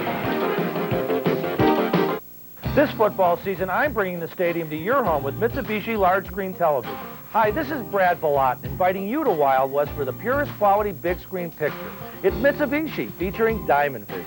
Buy Mitsubishi big screen televisions with no money down and payments as low as $77 a month. And I'll deliver it anywhere in the Truckee Meadows for free. For the lowest prices and largest selection of Mitsubishi large screen TVs, it's Wild West. 2640 South Virginia in the heart of Reno, because we live here too. Go to the Great Toyota Corolla Weekend Sale at your Toyota dealer instead. Go to the Great Toyota Corolla Weekend Sale for a huge selection of new Corollas. Go to the Great Toyota Corolla Weekend Sale for huge savings, too. With factory-to-dealer incentives and extra value packages, you can save even more. Go to the Great Toyota Corolla Weekend Sale at your Toyota dealer this weekend only. We have 5 minutes and 28 seconds left to go in the third quarter, and James, this second half on both sides of the ball is being played for pride. Nevada would like to tack up an 11-0 season, go have their record unblemished, and then N.A.U. with nothing to lose at 3-7. What would be better for them to cap their season with a win against number 1? Well, very true, but both teams have had a very lackluster performance so far, and with the Wolfpack, they really need to be sharp to get ready for the playoffs. John Bonds on first down, pressure from Buddy, steps up. He throws a strike to Avery, who has it at the 48-yard line. Bonds read 2 or 3 people and finally found Avery wide open. Well, that time Bond had all the time in the world. He eluded 3 Wolfpack defensive linemen in the backfield. Great pressure initially from Buddy. That time Mike Rogers was alongside. Everyone had a shot at him, but he found Avery running a seam route down the middle of the field. He had gotten in the middle of that zone defense that the Wolfpack has been so victimized in many occasions this year. And that time they were caught again by Bond with a rifle arm down to the 47-yard line of the Wolfpack. You talk about lackluster. Avery almost coughed that one up. He juggled it as he went down. That's probably why he went to the carpet. Bonds, again faking the dive, stays in the pocket, throws right side for Alexander, knocked away by Duckett. Duckett casually ambling along behind Alexander, just reached up and knocked it away, and it looked like Duckett had room to intercept. He could have intercepted that one if he had hustled on the play. John Bond dropping back, no pressure at all from the Wolfpack defense, firing a strike down the side of the field of Avery. Avery wide open 2 to 3 yards behind Duckett. Duckett just ambling along, as you said, just putting up a hand at the last moment, just casually knocking it away. Put a little more effort in that for Duckett, and you can pick that off. Last week, the Pack blitzed, had a pretty good blitz package against Montana. Andre Howard, who was credited with 5 sacks and co-defensive player of the week, has not been in the defensive pattern at all tonight. Tied a record of one of the announcers. Yeah, he did. 2nd and 10. Bonds, 3-step drop on a slant, throws, and boy, that time Johnson held up. He knew that Xavier Carey was roaming in his area and going to lay a lick on him. Johnson looked away. He had some alligator arms. Hey, he knew what was occurring that time. Johnson saw the X-Man coming to put that cross on his chest. Xavier Carey took time to line Johnson up. He knew he was going to be leveled. So all the concentration in the world wasn't going to make him bring that one in. Yeah, I hope we get another look at that one, because it was really short arm time for Hendricks Johnson. He didn't want any part of Xavier Carey, who had a bead on him and coming his way. Out of the shotgun, Bonds will operate on a 3rd and 10. They got to the Wolfpack 48-yard line, and now they have stalled. Again, Bonds looking to throw, steps up under the pressure. Arm fake, now turns, he's hit twice, and he got away from people. Finally dragged down by Drejos. Drejos drags him down at the 45 after a gain of 3, but John Bonds, a cat with 9 lives back there. John Bonds showing all the elusiveness of the world of an agile quarterback. That time sitting back in the pocket, getting tremendous pressure up front from Drejos and Bryant, and spy on that time by Nick Harkin, the linebacker. Got away from Nick Harkin, got away from George Buddy. Mark Drejos coming in with a second effort, able to drag him down on the play. Great relentless pursuit by Mark Drejos on John Bonds. Terry Belden once again called on to punt. The Wolfpack with twin safeties. They've got Lackey and along with Brock Marion. No pressure on Belden. He hangs it high. Lackey retreats and then will let the ball go over his head at the 5. Bounce high and into the end zone. Frank Romano in hot pursuit, but Belden couldn't get that fortunate bounce as the ball, when it hit, was way up in the air and just glided easily into the end zone. With 3:59 to go here in the third period, Chris Vargas will remain the quarterback for the Wolfpack. When you look at Terry Belden as a punter, the height that he gets on a punt, you wonder why he is not coached to kick it towards the corner of the end zone or the side. You know, try to get it out of bounds, pin him inside the 20 instead of kicking it straight down the middle of the field. Yeah, he's not much of an angle kicker, or he hasn't demonstrated that he is so far tonight. Poor coaching technique. 17-7, Nevada still leading. That was our halftime score. They start out on the ground to Holmes. Right side, good block. He's got people out in front of him. 35, 40, 45 at midfield. Trying to stretch it out at the 40 of the Jacks. The 30, got the 20-yard line. He's finally caught and run out of bounds at the 17-yard line. Diedrich Holmes' long run this year has just been eclipsed because he ran 50 yards against Idaho early in the year, and that time he found a hole and stretched it out. Similar type situation with the counter trap. Shara Portnice and Alan Maxwell coming down. Alan Maxwell taking out 2 defenders at the end of that run. Diedrich Holmes coming around, bringing it back across field with a tremendous run. Diedrich Holmes picking them up, laying them down, but being run down at the end of that, down at the 17-yard line, but a great run by Holmes. Holmes now 146 yards. That one good for 63. That is his long of the year. And he's 30 yards away from his season high. You love to give him the ball because he works better. Eric Smith is in the backfield in replace of Holmes. He starts out left, cuts it into 15, into the 10. He struggles down to the 5-yard line. Eric Smith talking about a guy who runs well north to south. He started out left. When he cut behind a block, he had room. Wolfpack offensive line is doing a tremendous job opening holes. The right side that time with Edwards and Maxwell that time getting around, getting up front. Tom Rebecca's in the game, coming off an injury with a tremendous pull block. Smith down to the 5. Nice block on the outside by Tom Williamson, the tight end. He pinned it to the outside, and that's the block that really got Smith loose. It is 1st and goal from the 5-yard line. Vargas taking his time. Fakes to Washington, bootleg left. He comes out at the 5. He'll go in for the touchdown. On 2 previous carries, Washington had run right and scored on both of those. Vargas with a good fake, held the defense, and he got wide to the left. There was nobody there. Totally unexpected by Chris Vargas coming with the naked bootleg. Chris Vargas sucking in the defense, getting them all pursuing to the right side, coming out, hiding the ball very well, turned the corner, was able to have enough foot speed to outrun one of the defensive linemen, which you expect from your quarterback. Chris getting into the corner of the end zone for the 3rd touchdown of the day for the Wolfpack. So Vargas getting in the end zone. Now the Wolfpack with this extra point could break the single-season scoring record. 23-7 is our score. The Dinger with the extra point. That is good. That makes it 24 with 3:13 to go here in the 3rd quarter. Nevada starts stretching it out now, and some of the crowd of 3,600 may be making their way to the exits. They had hoped for the upset, but right now their team trailing by 17. They've got a long way to come back, although as we know, coming back is something that happens frequently in the Big Sky. We're in the 3rd quarter with 3:13 to go. Well, the Wolfpack had one of those drives that you need to, at this point in a contest, to prove that you're an assertive football team. And that time they were able to push it down and break the single-season scoring record. As we talked about it, that extra point did it, 475. And the Wolfpack will trot on to kick it off. 473 was set by the 1948 football team. There's still guys around Reno that talk about that team. Back when you were in high school. You should remember that quite well. Yeah, I don't remember it that well, but somebody told me about it. But there were others, and that record has just been broken. The Pack needed 23 tonight to break it, so with the touchdown they did it. The extra point just added more luster to it. The big run of 63 yards in that 80-yard drive, it took only 46 seconds. And Vargas capped it off, and they did it on the ground. Well, when you have Holmes galloping up that many yards on a big play, and it's just like a big pass play. You had Holmes coming with the counter sweep to the right, bringing it back across the grain, taking it down to the 20 or so yard line, and put him in great scoring position. Schwendinger, who handles both duties for the Wolfpack, will kick off. His punting has been exceptional tonight. Dinger with an end-over-end kick to Stewart, who should return it from the 4-yard line. Starting out left. Got a convoy in front of him. Now got a block. He's at the 15, at the 20, 25. He's getting along the sideline all the way out to the 40 before Leon Washington, in great pursuit, got him from the side. Great hustle that time by Leon Washington, but poor lane coverage by the Wolfpack cover team.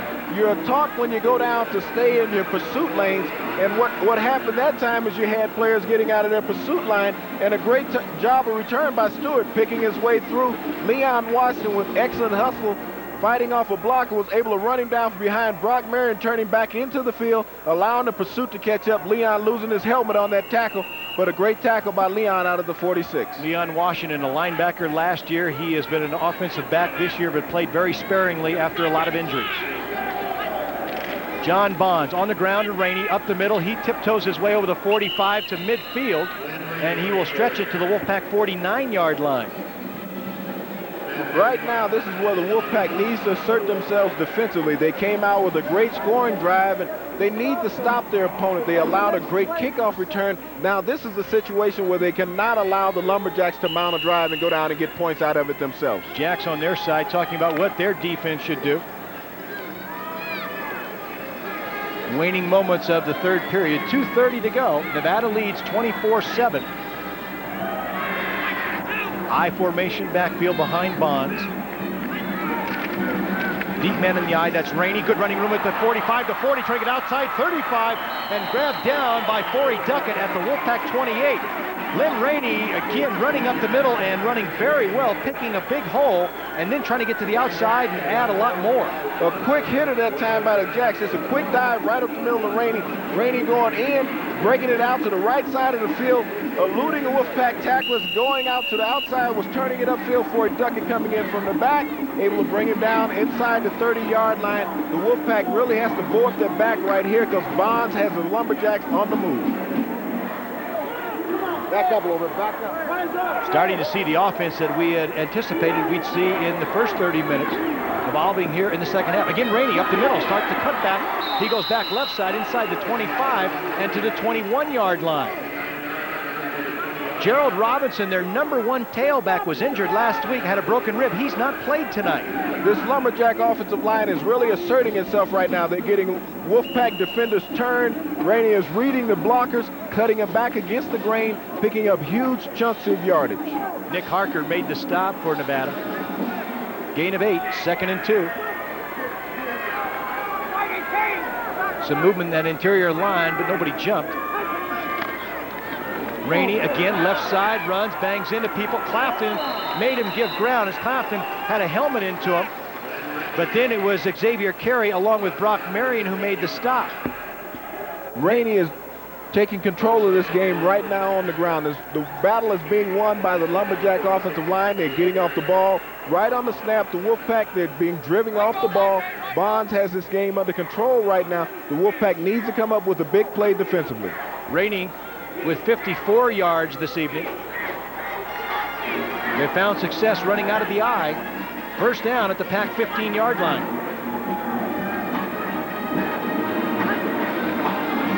Rainey again, getting to the outside of the 10-5, touchdown. Boy, Rainey is so adept at picking that open seam. It looked like he was going to be stopped in the middle. He did a little jitterbug move to the right side, and then he had nothing but end zone ahead of him. Rainey with a tremendous surge that time after he gave the stutter step, the explosion that he had of coming out of the break. But you got to give a great credit to his offensive line. Rainey getting the handoff, the blitz that time from outside by Harker, missing him in the backfield. The explosion once he got to the line of scrimmage and just strolling through the Wolfpack secondary for a touchdown. That little jump move he made is very reminiscent of Terry Metcalf. You start out one way and dig your feet into the carpet and go the other. Belden will try to add the extra to make it once again a 10-point difference. It's blocked. Xavier Carey blocks it. They take it out of the air. Drejos looking for something to lateral to. It's loose, and they fight for it. It's still loose, and the Lumberjacks cover it. Xavier Carey came across and got the block. With 44 seconds remaining in the third period, Nevada maintains the lead, but instead of 10, it's an 11-point difference. A great play that time by Xavier Carey. Early, he had leveled one of the receivers with a great hit, Johnson. That time, coming through the seam, blocking the extra point attempt, and that is a live ball. If you return it, it's good for a 2-point safety. Drejos pulling it out of the air, trying to lateral it back to Tony Amatia, feeling he had more speed, a bad mishandle on the football, but a great play nevertheless by the Wolfpack defense. Nearly a rugby scrum at the end of it.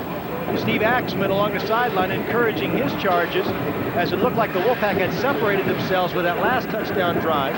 And now it's 11-point difference, and still here in the walk-up Sky Dome, anything can happen. Also quickly in the Big Sky Conference, can teams come from behind and get a score on the scoreboard. That time the Lumberjacks came and struck real quick after the Wolfpack had went down and thought they had separated themselves with a victory. Long time since I've seen a team block 14 kicks in a year, and the Wolfpack has done that. They've done a tremendous job at blocking kicks, and they've had 2 game-saving field goal blocks in the last 3 football games against Boise State. George Buddy came through with 2 seconds to go on the clock. In overtime, Reggie Robinson with a leaping vertical leap saved the game at Montana last week. Let's see if Belden, who had an onside kick earlier, tries to do that once again. You never know. No, he'll air this one out.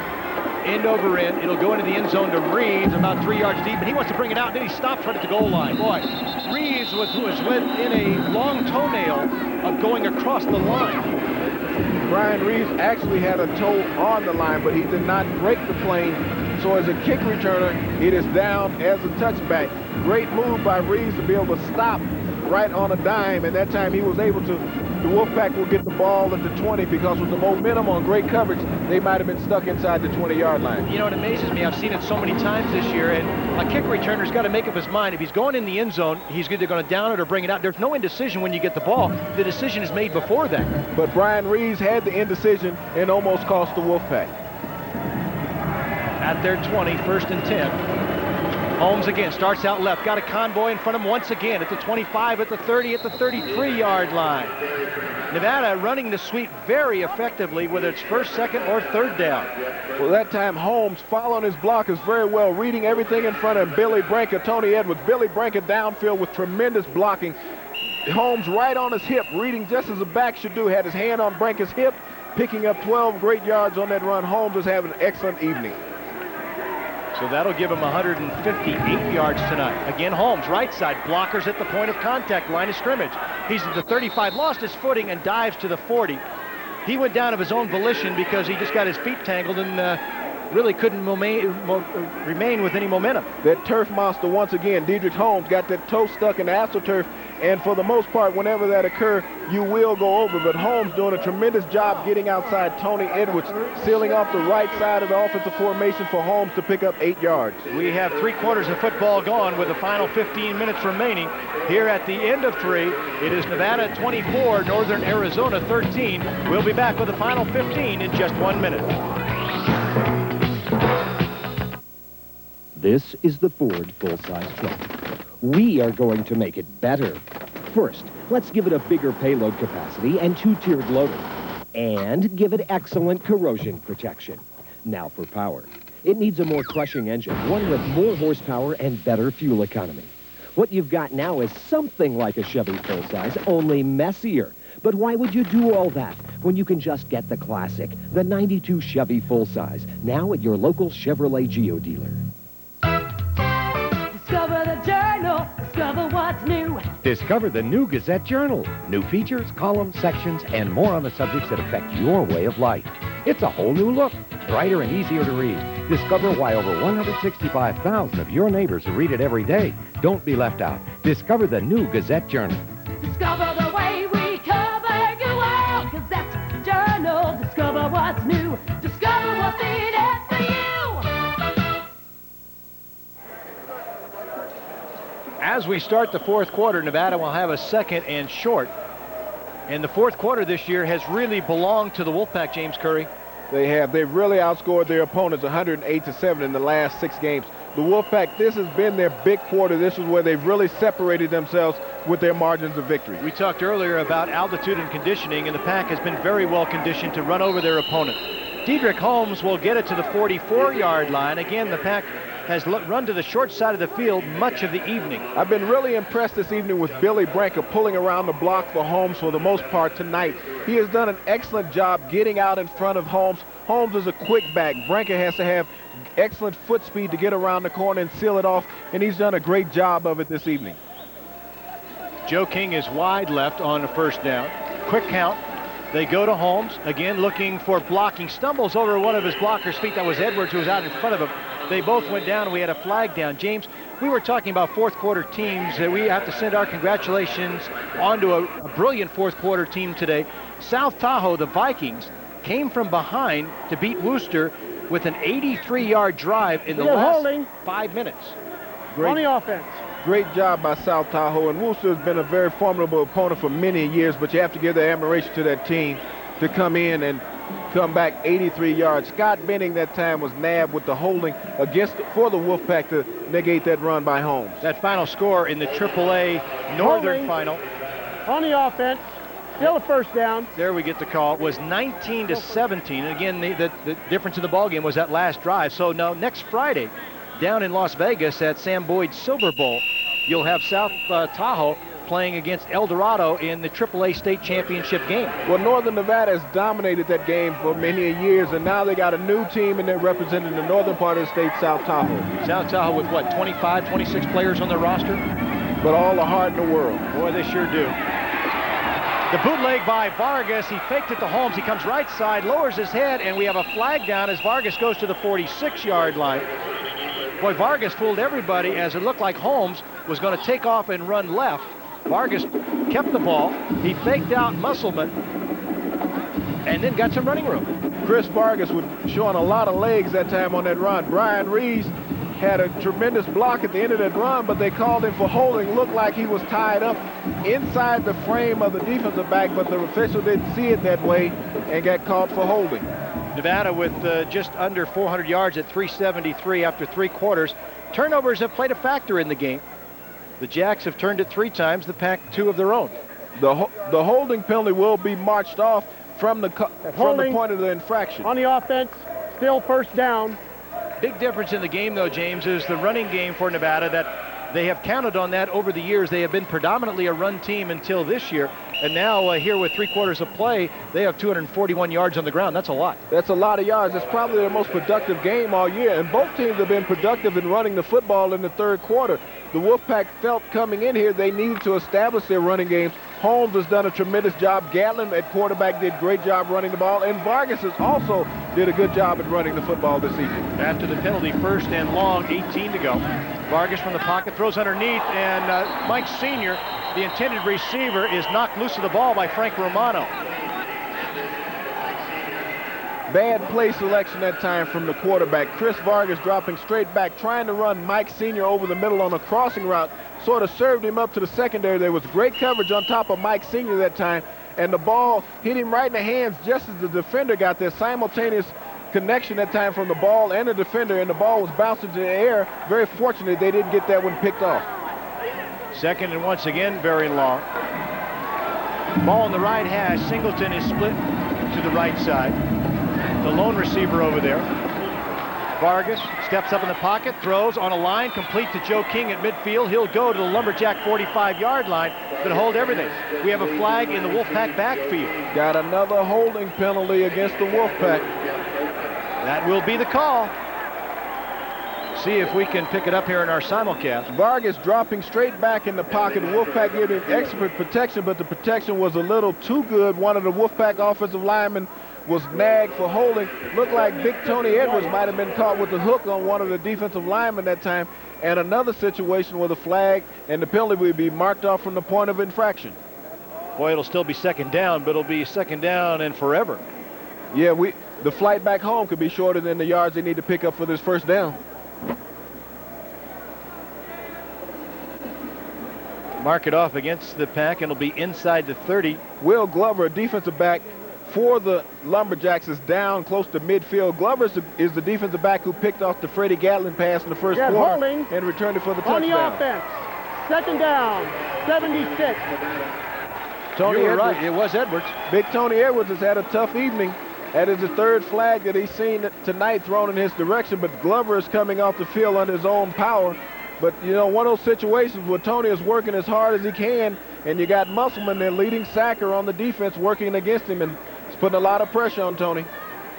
Coach Rippey is going to be as red-eyed as the stripe down Edwards' helmet. Might not be a stripe at the end of this game. Vargas to throw with a lot of real estate to make up. Goes up top for King. He overthrows him. Joe King was out about the 45-yard line. He was in an open area because Derek Mason, who was hurrying over on the coverage, was way behind King. Had the ball been there, I don't think there'd been any question about a reception. Well, Mason had to fill in that time for Glover, who had walked off the field after being knocked down on the prior play. And that time, Vargas, recognizing that he had a new secondary man in the coverage, felt that he could victimize him. But with a 3rd and 36, you're going to need a lot of victimizing here to pick up the yardage for the 1st down. Well, if you ever had a trick play that was a big yardage play, now's the time to use it. Come with a safe play in a situation like this. It would be bad to quick kick it out of it. And Vargas will throw again, trying to set up the middle screen. They do to Reeves at the 25. He hurdles people at the 30 and gets out to the 37-yard line. So it's a big play, but not big enough. Nevada will come up short. Marcelin made the stop. The Reeves coming in from the left side. The middle screen has been successful all night, all year for the Wolfpack. Brian Reeves coming in over the middle of the formation, picking up blockers downfield. Tom Rebekis, Mitch Baker, the center and guard, getting good blocks downfield. Brian Reeves picking up good yardage on that, but not enough for the first down. They needed 36. He got 28. Schwendinger will punt. Single safety is Avery. Dinger had people around him, but he got the end-over-end kickoff. Avery has room at his 24, goes right up the middle of the 30 and dragged down at the 32. Tom Matter, the guy who makes the long snaps, usually the first Wolfpack player down the field, he made the stop. We're in Flagstaff, Arizona at the Dome. It is Nevada 24, Northern Arizona 13.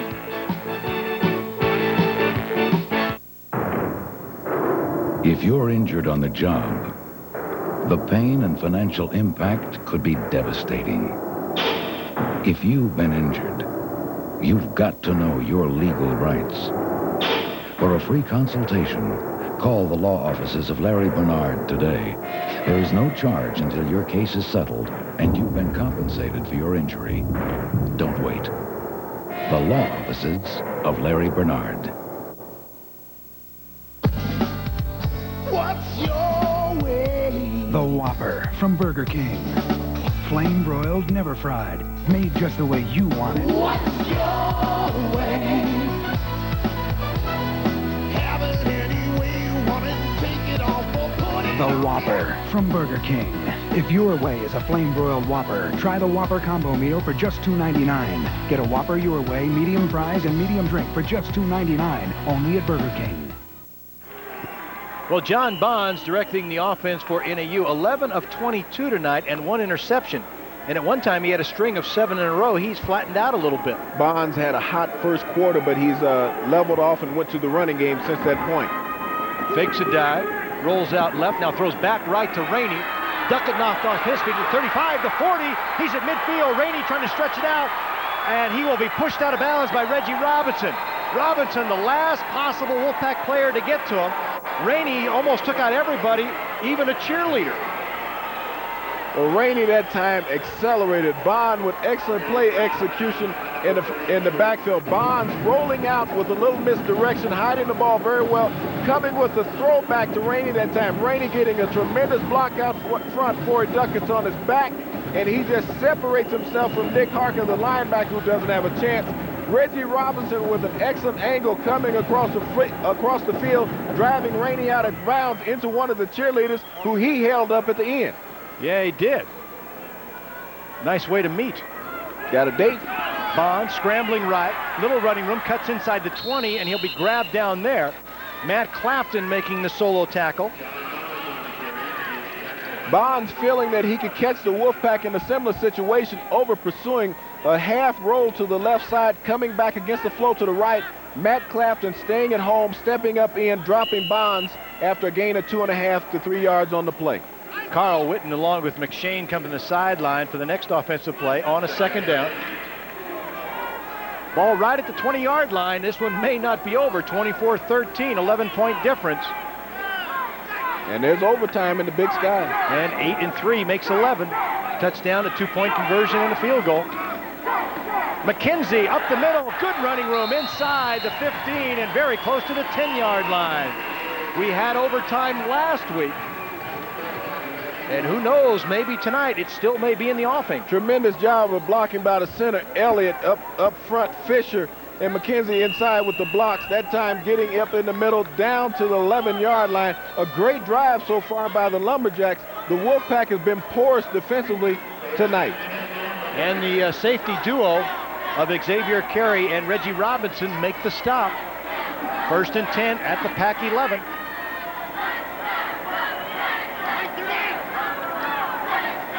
Bonds wants a timeout. Under center for an awfully long time. He wants a timeout. 11:09 to go. And Bonds will trot to the sideline to talk things over. While we have an opportunity, let me mention once again, The awards banquet for the University of Nevada normally follows the last regular season game, but it will be next Sunday, not tomorrow, but a week from Sunday at the El Dorado at 10:30, and tickets may be scarce. That brunch has been a near sellout every year. They only have 400 seats, and I've been told by the Alumni Association that puts that on that you better get a ticket during the week because there may not be any available at the door. It is an excellent function put on by the University of Nevada football alumnus every year, the awards banquet for the players. And it's a great thing for the players and for the fans, the alumnus. Everyone comes out, get a chance to see old friends, new friends, make new acquaintances.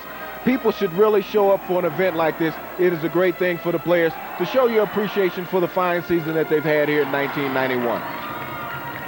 Bonds hoping that he can keep a hot right arm. 222 yards passing so far tonight. Right now, they need to get in the end zone, and James, I think they make the decision if they get in to go for 2. Well, Bonds is one of those quarterbacks right now willing a hot hand. You want to get him out of the pocket, get him on a rollout, get him to stretch the defense, find the vertical seams. McKenzie grabbed, but gets out of a tackle inside the 10, stumbles to near the 5-yard line. They've been very successful running down the field so far in this drive. In the last drive, they had the ball with Avery. Now it's McKenzie. McKenzie that time shaking off Joe Caspers, who had him in the backfield, had one hand on him, but he was able to get Big Joe's hand off of him and get down to the 7-yard line for a 2nd and 6. Chris Ault on the sideline with that play schedule rolled up in one hand, looks worried. Steve Axman looking for something to call offensively. Maybe some indecision on his part as he gets a nervous glance at the clock on a 2nd and 5 at the Pack's 6-yard line. Rainey on the ground, going right side. He'll get it to the 5. Reggie Robinson filling from his safety position, creeping up right in the middle of things, right there in the middle of the line of scrimmage, getting down with all the big linemen, grabbing Ramey around by the ankle, dropping him down at the 6-yard line. This is the play for the Wolfpack that they really need to come up with a stopper. Being a 3rd and 5 at the 6-yard line, they need to force them into a field goal situation, not a touchdown. Well, the key receivers are in. Alexander goes wide left. Hendricks Johnson will be alone on the right side. He will match up with Lackey. As Bonds drops, look left side, heavy pressure, he's thrown back outside the 10 to the 13-yard line. Credit George Buddy with being there. George Buddy with a tremendous surge. Nick Harker along with him. Wolfpack coming with the blitz. First time they've come with the blitz in the second half. Nick Harker, George Buddy getting there simultaneously, bringing down John Bonds for the big loss back at the 12-yard line. Great play for the Wolfpack defense, forcing them into a field goal situation. Mark Drejos, who's also had a good night defensively, was back there, and Bonds comes away looking at his left arm. May have injured it a little bit. Belden, who missed a field goal earlier, will try a 29-yarder, maybe closer to 30. It is right on the right half. Belden's kick through the uprights, and so they tack on 3 that they need if they want to press this thing into overtime. It is a 24-16 game with 9:02 to go in the ball game in regulation. We'll return to Flagstaff, Arizona in just 1 minute.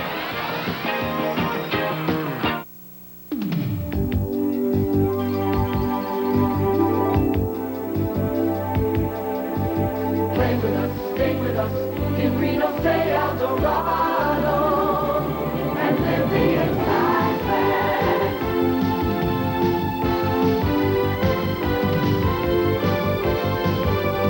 El Dorado, Reno, shining star, live the excitement. Last year, Bill suffered chest pains. His wife took him to Washoe Medical Center, the area's leading hospital for cardiac care. There, heart expert Dr. Donald Spring diagnosed coronary heart disease, performed an angiogram, and treated Bill with balloon angioplasty. Bill may not understand all these procedures, but thanks to someone who does, he can still play the game that breaks his heart. Washoe Medical Center. When you know us, you'll choose us. We're back and looking at a very pensive Fred Gatlin sitting on the sideline with his helmet at his side. A 50% passing night, but he started, didn't play very long. And he's got to be wondering right now, is this team going to hold on? Directed the Wolfpack to their first touchdown of the evening. Didn't see much action after that. Sitting on the sideline with his helmet under the bench. Singleton, a yard deep, will bring it out. Coming right side on the kick. He's at the 15, trying to go lateral. He's at the 20. broke a couple tackles, but when you go laterally, the pursuit will catch up to you. Singleton with about a 22-yard return. That's what they want you to do, is run from sideline to sideline on a kickoff return. The proper technique is to take it straight up the field. Singleton allowing the pursuit to catch up with him, taking the ball a yard deep in the end zone, being very gutsy, bringing it out. Normally you want to keep it in, coming straight up the field, breaking it to the sideline. Pursuit is right on top of him. Almost broke a tackle there at the end, but Pursuit caught up with him, gang tackling at the end, up at the 21-yard line. When you said side to side, James, I know you're talking about, you mean the defense wants him to go side to side. Offense wants you to go straight ahead. At their 21, it is 1st and 10 Pat, leading by 8. Holmes gets a call, running left again.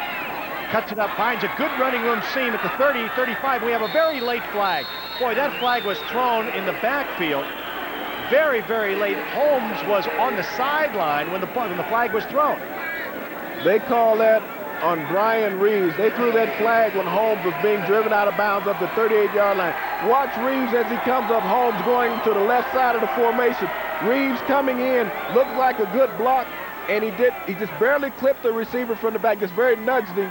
Looked like one of those flags that you could have let go, but the official saw fit to throw it, and they're going to bring the Wolfpack back down around the 10-yard line.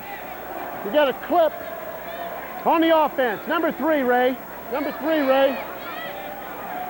Yeah, you're right. That's who it was, and it was a close one, too. It looked like Reeves had gotten his shoulder in front of him. Reeves had pulled his hands back and actually hit him with a leg and knocked him off balance, and the official saw that as a clip, which really, in a situation like that, you could have let go. The guy wasn't going to make the play anyway, but they've been very active tonight. They want to make the final game probably their most active game of the year. Back at the 12-yard line, 1st and now 19.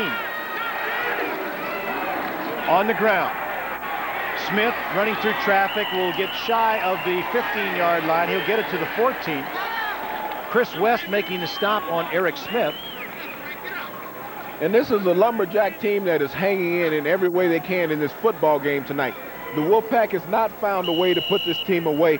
They've hung in there and fought offensively and defensively, and now they have the Wolfpack stuck back in a 2nd and 16 situation, and they scored the last time they had the football with a field goal. Well, James, as we knew coming in, the Lumberjacks had scored against everybody. I mean, they had been in games only winning 3, but they have been in games all season long. Bart scrambling back to his goal line, still running in the end zone, gets loose, now throws upfield for Joe King at the 25. Vargas made lemonade out of what looked like it was going to be very sour offensive play. He made something out of it, and it looked like he may have been sacked for 2. Chris Vargas showing all the nimbleness in the world, almost being caught in the end zone for a safety. Great pressure up front by the middle of that Lumberjack defense. Chris Vargas being very headsy, getting back up to the 6-yard line, finding Joe King, who had came back to your quarterback, as you expect for your receivers to do when they're in trouble, picking up good yardage on the play, making it a 3rd down and 5 situation. We have 7:12 to go in the final period. The crowd, a rather small one, but they're trying to be boisterous. They're trying to let the defense know they want them to play. Vargas throws complete for the 1st down out at the 25-yard line. It was Darrell King who made the catch. Darrell King that time, a good receiver. Chris Vargas with a headsy call, dropping back, looking off Darrell King, throwing back across the field to the left side of the formation. Darrell King coming back on a square back route to the quarterback, getting separation between the defensive back at the 35-yard line. If you're a purist when it comes to football and like to watch offensive lines work, you've got to be pleased so far with Tom Rebekis coming back after a 5-game absence and playing in that offensive unit back at his right guard spot and playing well. And that absence was caused because of a knee injury. Eric Smith running left side, chased out of bounds, still standing as he goes out. And we got another flag on the play.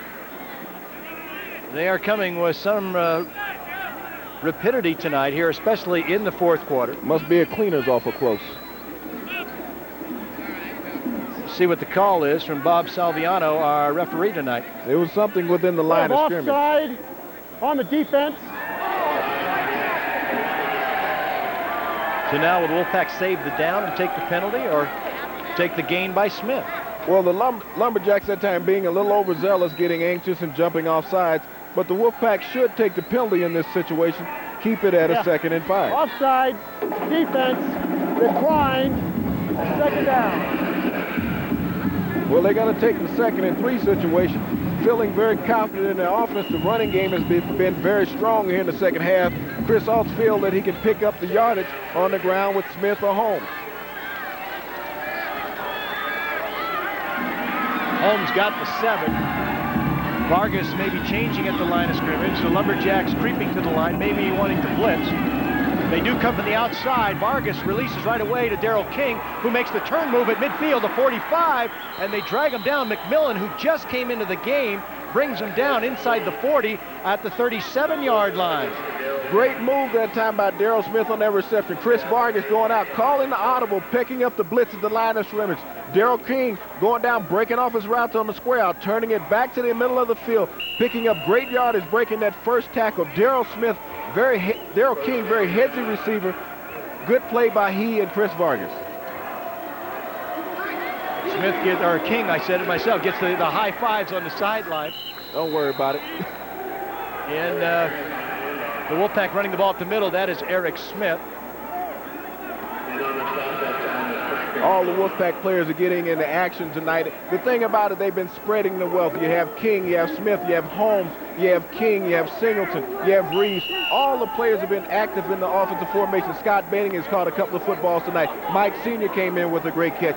They've been spreading the ball around. You've not been able to isolate on one player. There's not been one key player. Chris Vargas is getting the job done here in the fourth quarter. Vargas coming in, completing 58% of his passes. Tonight he's completing 67%.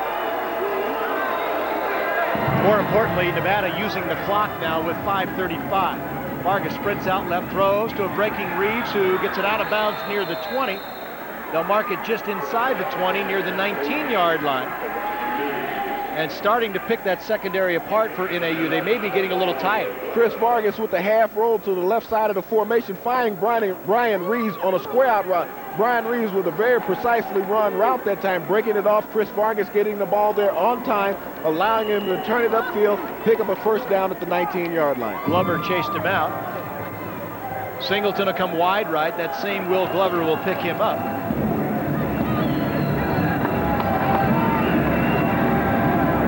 Up the middle, Holmes trying to shake and bake inside. Will get it to the 15, gain of 4.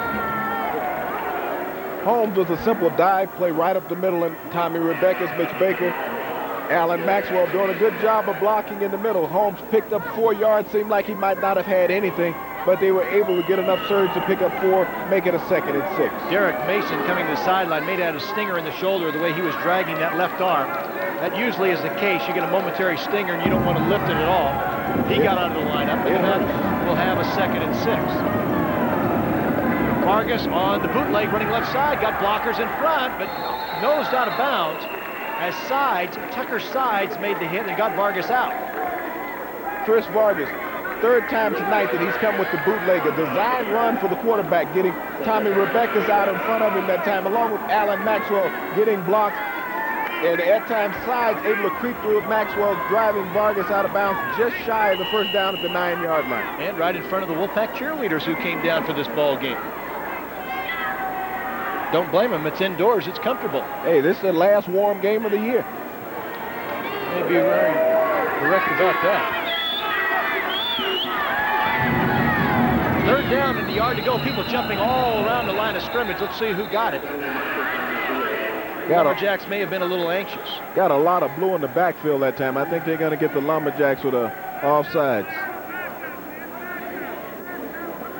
I didn't see anybody move except guys in blue shirts. Mitch Baker doing a very headsy thing, snapping the ball as soon as they came across the line of scrimmage. You got to give Mitch Baker all the credit on that play, because as soon as they crossed the neutral zone, he snapped the ball and caught him on offsides.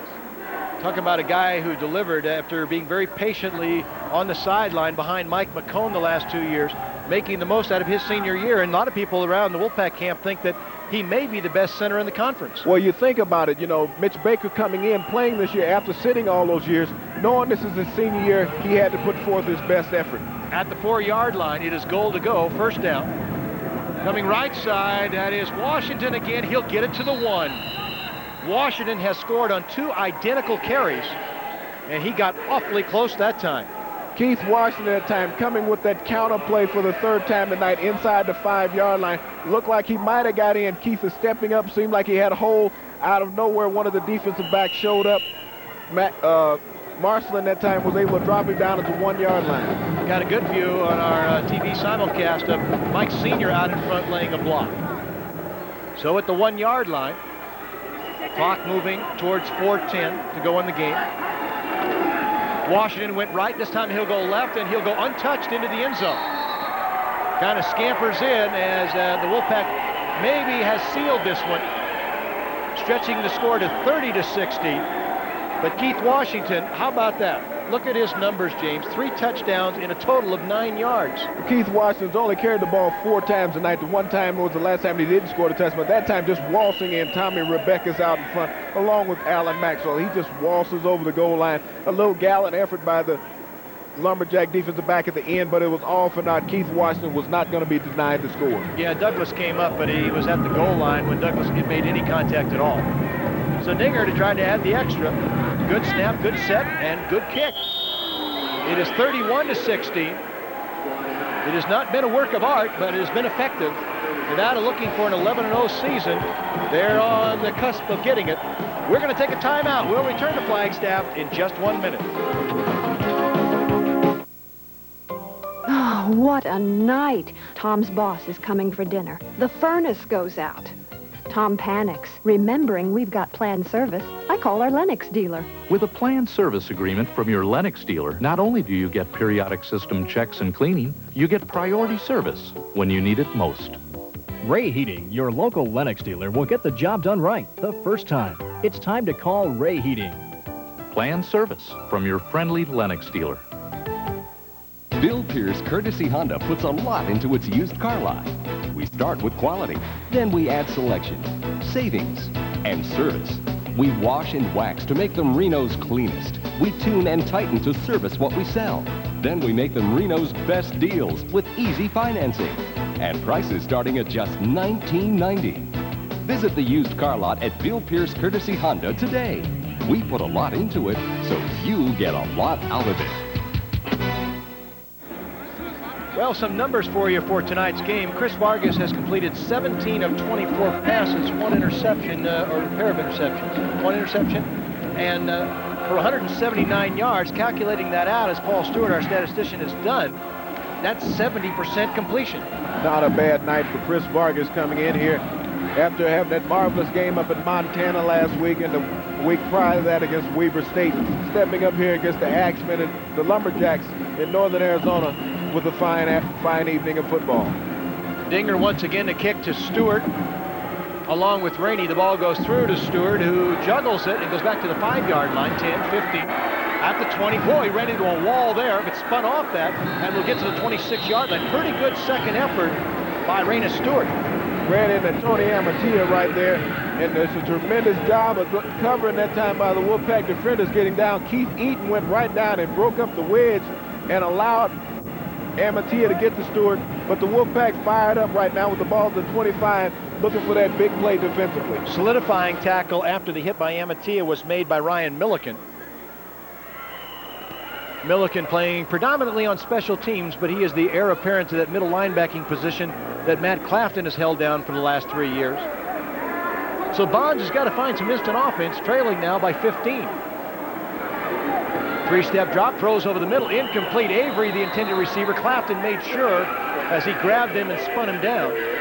That time Bonds, a little over anxious, threw that one behind Avery, who had found a crease in the seam and had gone right down the middle of the field. Bonds threw that ball behind the receiver. You know, they haven't thrown to Hendricks Johnson since he came up with the short arms on that throw on the slant that Xavier Carey came across. And we have said it many times, it's not been demonstrated much tonight, but Hendricks Johnson is a guy, if he gets his hands on it and you're not on him, he'll leave you. He's an excellent pro prospect. Bonds with 3 receivers left. In the pocket, scrambles away from trouble. Rolls out right. We have a flag down. Bonds will take it over the 30 and get all he can out of it. He may have enough for the first down. But in that area, that's where you get offensive holding, right in the middle of the line. The thick of things were going on. A lot of defensive linemen were on the ground. So Bonds, that run could be all for naught. They could be bringing this one back. Bryan had a hand on him, and we will see. They have to keep an eye on the right side of the offensive line. On the offense. We think when we get the final call, it will be 71, Mike Forch, and people in the truck telling us that's who it is, and they're right. Let's see. They're holding on the offense, still second down. 71. Aha. They must be living right down there. They making the proper guesses. I'll tell you what, they're outside. They've got the door closed. They know what the temperature is there. It is below freezing outside. That's why I'm so pleased to be indoors. Better pass the coffee. 2nd and 22. Bond setting up near his 5, throws a little screen. Left side complete to Rainey. At the 25, looking for a block. Or at the 20, rather, will get out to the 23-yard line. Rainey waited a little long, James. Had he come to the outside, where he had room to run, people may still be chasing him. Indecision that time by Rainey, but a good play call that time by Bonds, the quarterback. Wanted to get a little fresh off of him, come with the throwback, a little delay screen to the wide side of the field. Rainey had blockers out in front of him coming out. If he'd have stayed to the outside, he might have had run, but you had Brock Marion there forcing him back inside, allowing the pursuit to catch up with him, bring him down at the 24. Out of the shotgun, Bonds ambles out right, throws on the run, a comeback. Alexander can't drag a foot. He was trying to drag that right foot as he made the catch, but he was already out of bounds. Bonds throwing fairly well under a full gallop. Bonds that time trying to find a little time rolling to the outside, getting that half roll, but got a little too much and led Avery wide on the play. Wasn't able to keep the foot in bounds that time. When he gathered it in, he took it out of bounds, tried to drag the toe. Ooh, we're very close. Yeah, it was. That time, that was a legal catch missed by the official. Alexander, the guy out there. Great effort that time by Alexander. Just wasn't seen the proper way by the official. Well, Marion will go back in single safety. They've had Marion and Lackey in combo. Brock Marion, who normally is the guy you want up front trying to block a kick, but they don't think they're going to get Belden. So they're just going to see how many yards they can get after the kick. Wobbly kick off the side of the foot as Marion will watch it bounce at the 41. He'll start back upfield and be down somewhere around the 45. So Belden did not get a fortunate roll. With 2:52 to go here in the walk-up Sky Dome, Nevada leads by 15. We'll be back with more in just 1 minute. And the skies are now cloudy all day. Wasn't that special? What do we do now? Talk stock options, futures, or commodities? Why don't we compare long-distance bills? I'm with Western Telephone, and they save me lots of money. And Western Telephone is local. My bill comes from Carson City. My bill comes from New York City. New York City! When your business is comparing long-distance bills, if you're not dealing locally, you might find yourself on the wrong end of the horse. Western Telephone, your local long-distance company. If the world's auto manufacturers were only allowed to build one car to satisfy the needs of all car buyers everywhere, the Toyota Camry would be the logical choice. Motor Trend 1987. Now your Toyota dealer has an even better Camry.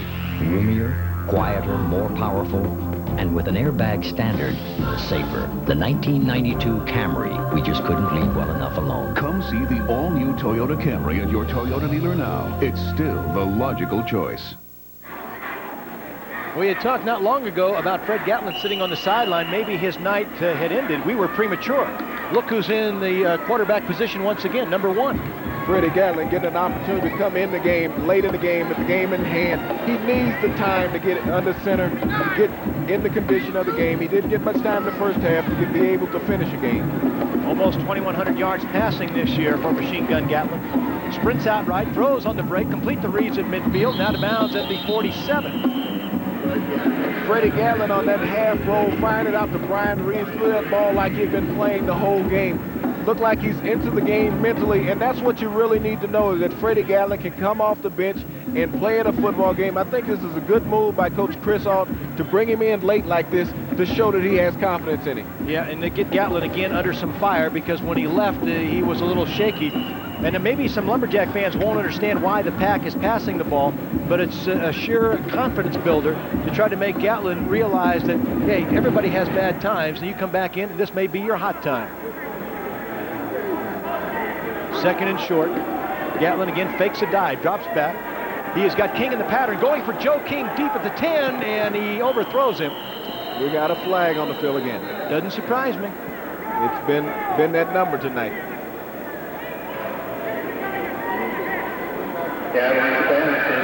Well, Benning is called once again for the hold. On the offense.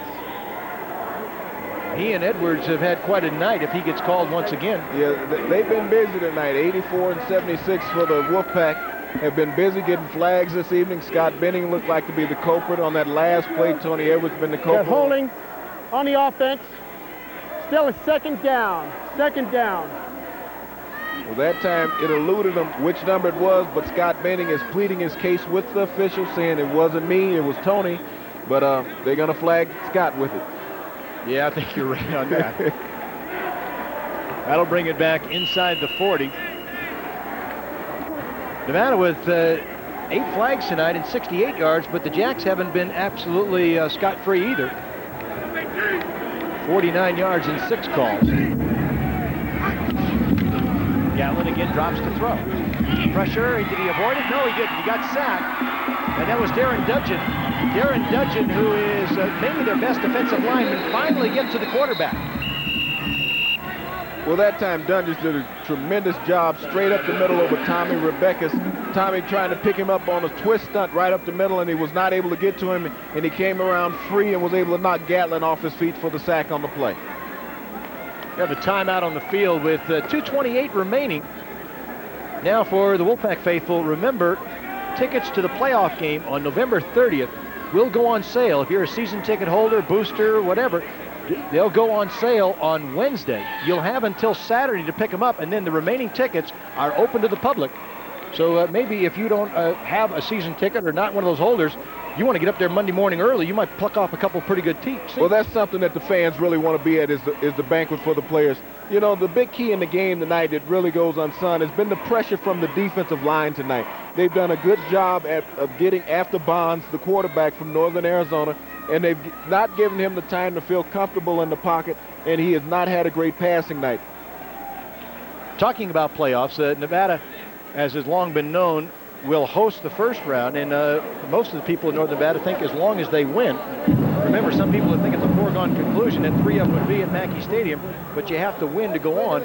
But many people think as long as they win, they'll be there. They should be hosting as long as they win. It's one of the best drawing teams in 1AA football, and that's a key in hosting games. Talk about the second week matchup. If the Pack gets there and Weber State gets there, that may be the replay of the game earlier that was the greatest comeback ever. Gatlin again to throw.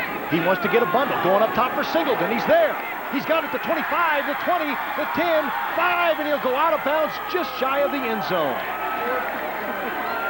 Chris Singleton, the big play receiver, with a smile ear to ear as Fred Gatlin hit him in mid-stride. You talk about a confidence builder. Look at Freddie Gatlin airing it out, just finding Chris Singleton right in stride. Chris Singleton did not have to break stride. A perfect throw by Freddie Gatlin, getting Singleton all the way down to the 1. Just a stride short of getting into the end zone. Freddie Gatlin and his teammates had to feel very happy about that play. Freddie needed something like that as a confidence builder. Singleton had a 68-yard catch against Eastern Washington. That has just eclipsed it. It was 69 yards. He's your big money man for the Wolfpack. Nevada at the 1-yard line. Gatlin steps up, gives it to Holmes. He busts the goal line, and the Wolfpack tacks on another one with 2:15 remaining. Holmes with just a straight dive right up the middle of the field. The Wolfpack offensive line getting a good surge, driving Lumberjack defenders out of the way. Holmes lumbering in for the 1-yard touchdown. Robert 40 made contact, and that's the number he wears on his back, 40. He made contact, but he couldn't deny Holmes the end zone. That's what he made, was contact, because he didn't make a stop. Holmes going to the sideline, and Schwendinger will try to add the extra and make it a 38-16 game.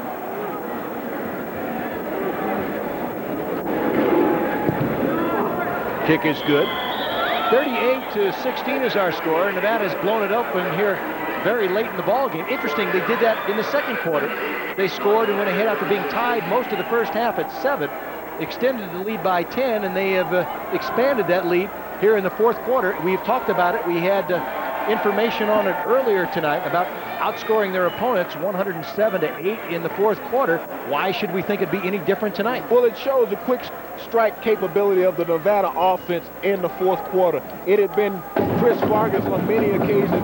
It's just shown that Freddie Gatlin can also have that quick strike capability because he came in and aired it out to Chris Singleton for the big play down to the 1-yard line with Holmes plunging it in from 1 yard away for the touchdown. So now for the third time, the Wolfpack will have an undefeated season. They had one in 78 in the regular season, 11-0. They had one in 86 and now in 91. 78, you still remember that? Oh yeah, I remember that. You told me all about it. Ooh, what happened back then? I don't remember. I was one of those youth in those days. Yeah, old number 73. No, 4. Get it right. I'm sorry, get 74. It right now. Excuse me. How could I possibly? Well, you know, that's what happens when you get older. Yeah, it's not the legs that go. Only 37 seconds. The Pack goes to 55. Well, it had to go a bit longer than 55 yards because the strike was 69 yards to Singleton.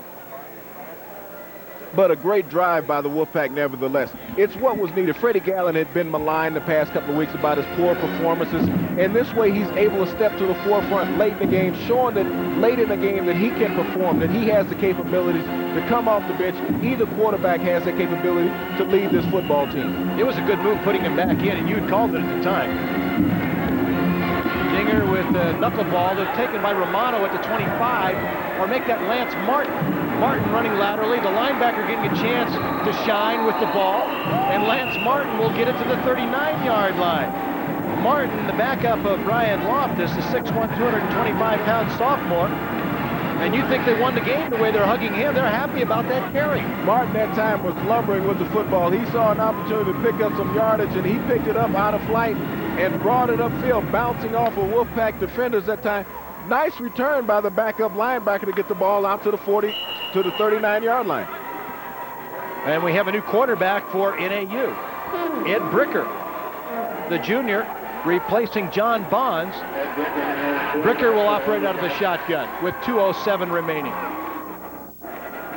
Right-hander steps up in the pocket. He's going to scramble and run, trying to run left. He is corralled after about a 5-yard game as the Wolfpack triple teams him. Paul Jackson got there. Mike Rogers was there, among others. Paul Jackson also coming in. Bricker trying to bring it up the middle of the field. He couldn't find the receiver, but the pursuit of the Wolfpack defense caught up with him. Nick Harker right there, dropping him along with Mike Rogers from behind. Again, Bricker to throw, off fingertips, incomplete. Out of the shotgun. Title was the intended receiver, Jason Title. I had missed Harker on that previous tackle. He was the first one to get there. You know, this Wolfpack defensive front has performed very well this evening. They put a lot of pressure on the quarterback from Northern Arizona. And Mark Drehos, George Buddy, Nick Harker, Tony Amatia, Joe Caspers, that front group has really done a great job this evening. Bricker in a very late appearance. He hasn't played much this year, but operating out of the shotgun. Trying to salvage something for the Jacks. So it's moving in the line, but no flag. Bricker looking, throwing left side, underneath, complete to Carl Witten. Witten will go down at the 44.5-yard line.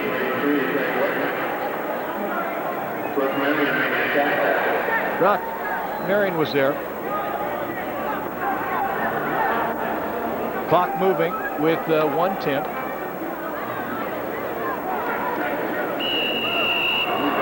Fourth down right here. They need a big play to get a first down. They need 5 at least. Bricker again. Release valve to McKenzie coming back towards the middle. If he gets to the outside, he's got room. He does. The 45 midfield. He is hit by Lackey, spins off that one, and he'll get it inside the Wolfpack 40. We said if McKenzie could get back to the left side, he had room. He got a great block coming around, James. Yeah, Alexander that time caught Brock Marion in a great pursuit angle and was able to level. But that time getting the ball out to McKenzie on the swing pattern, coming back against the flow, something that defenders really hate as a running back coming up back, because offensive players can line up defensive players and get that good block on him, and that time Brock Marion was the recipient of one. Yeah, he got rocked. Brock got rocked. Bricker looking right side, throws, it's intercepted by Duckett. He's got nothing but room in front of him. Duckett at the 40, at the 30, he's at the 20, the 10, he high steps it into the end zone. Forey Duckett read that perfectly. Forey Duckett, great break on the football reading, and we've always talked about Forey Duckett having the ability to be the big play defensive back. That time, Forey Duckett did the job properly. He sit back in the coverage just like it's designed.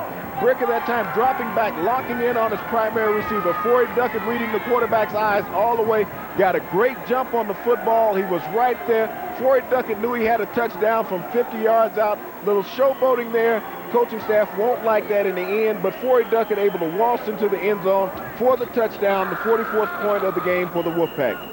They have just annihilated this Lumberjack team in the final 15 minutes.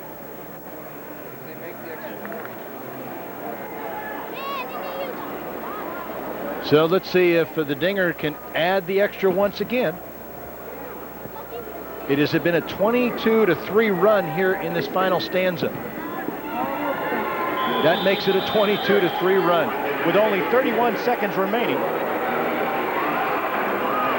Some conversations going on in the field. And Forey Duckett with his hat off across the sideline, he's got to be very happy. Talking about how the game was.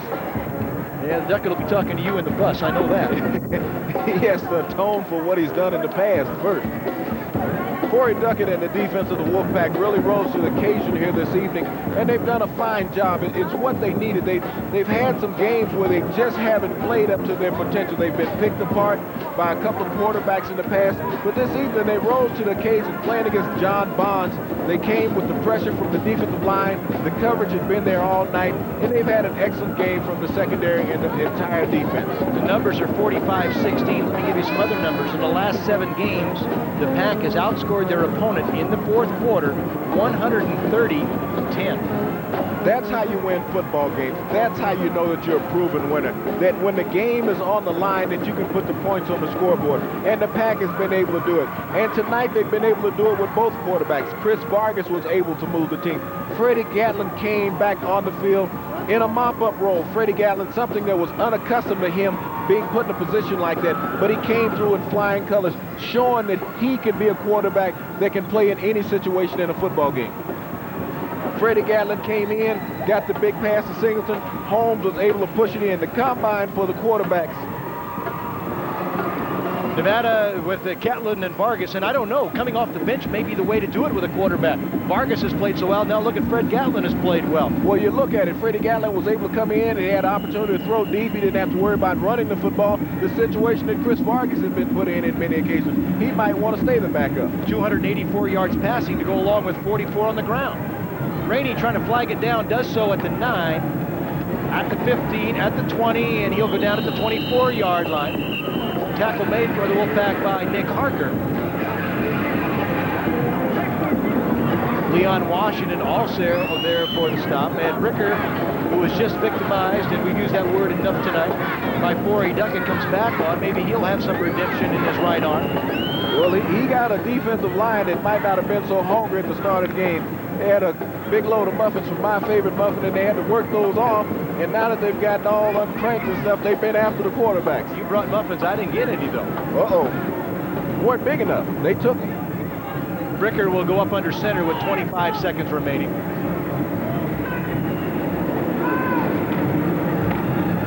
Drops back, looking, setting up a screen to Rainey, wide open at the 20. 25, Marion playing the block very well and makes a sure-handed tackle. Brock Marion played that as well as any cornerback can.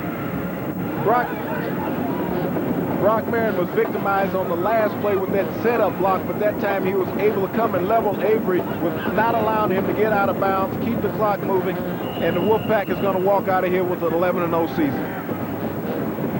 One more play coming for the Jacks. Bricker steps up in a pocket, hit as he throws, he lets it long. They race after it, and it goes incomplete with 1 second remaining. 1 second remaining on the clock. When this one ends, we're going to send it back very quickly to KRNV. We'll have a break, and then Kurt will join you. And stick around, though, on the radio side. We'll have our play of the second half, and it shouldn't be any doubt it's that Forey Duckett interception. So in our post-game show on the radio side, we'll give 2 more tickets to Palm Springs. One last ditch effort for the Lumberjacks. Forey Duckett very close to picking off another one right there. Right on his fingertips, he got a hand on it. another stride, he'd have had his second interception of the evening. Bricker with 1 second left and 1 play to go.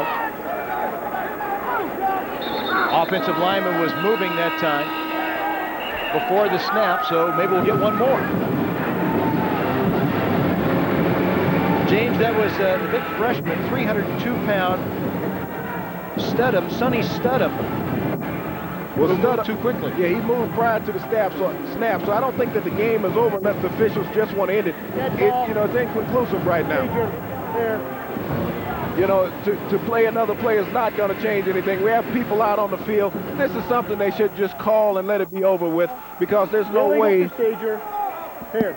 Yeah, they're trying to clear the field. People are ambling on the field, not knowing there's 1 play left. Well, it's been a while since I've seen a 30-point play, so it'd be better off just to call this one. Yeah. The people that got on the field hustle off, so, you got to give them credit. They could have just been difficult to move, but they want this one over too. Wasn't many people left in here, so it was an easy task to get them off the field. That's right.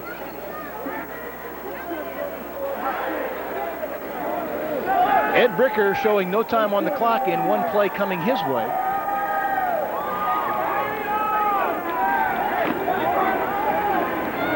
Rolls out right, Bricker sets up, throws it upfield. Ball knocked away, and it's incomplete. That's our ball game, 45-16. The Wolfpack wins.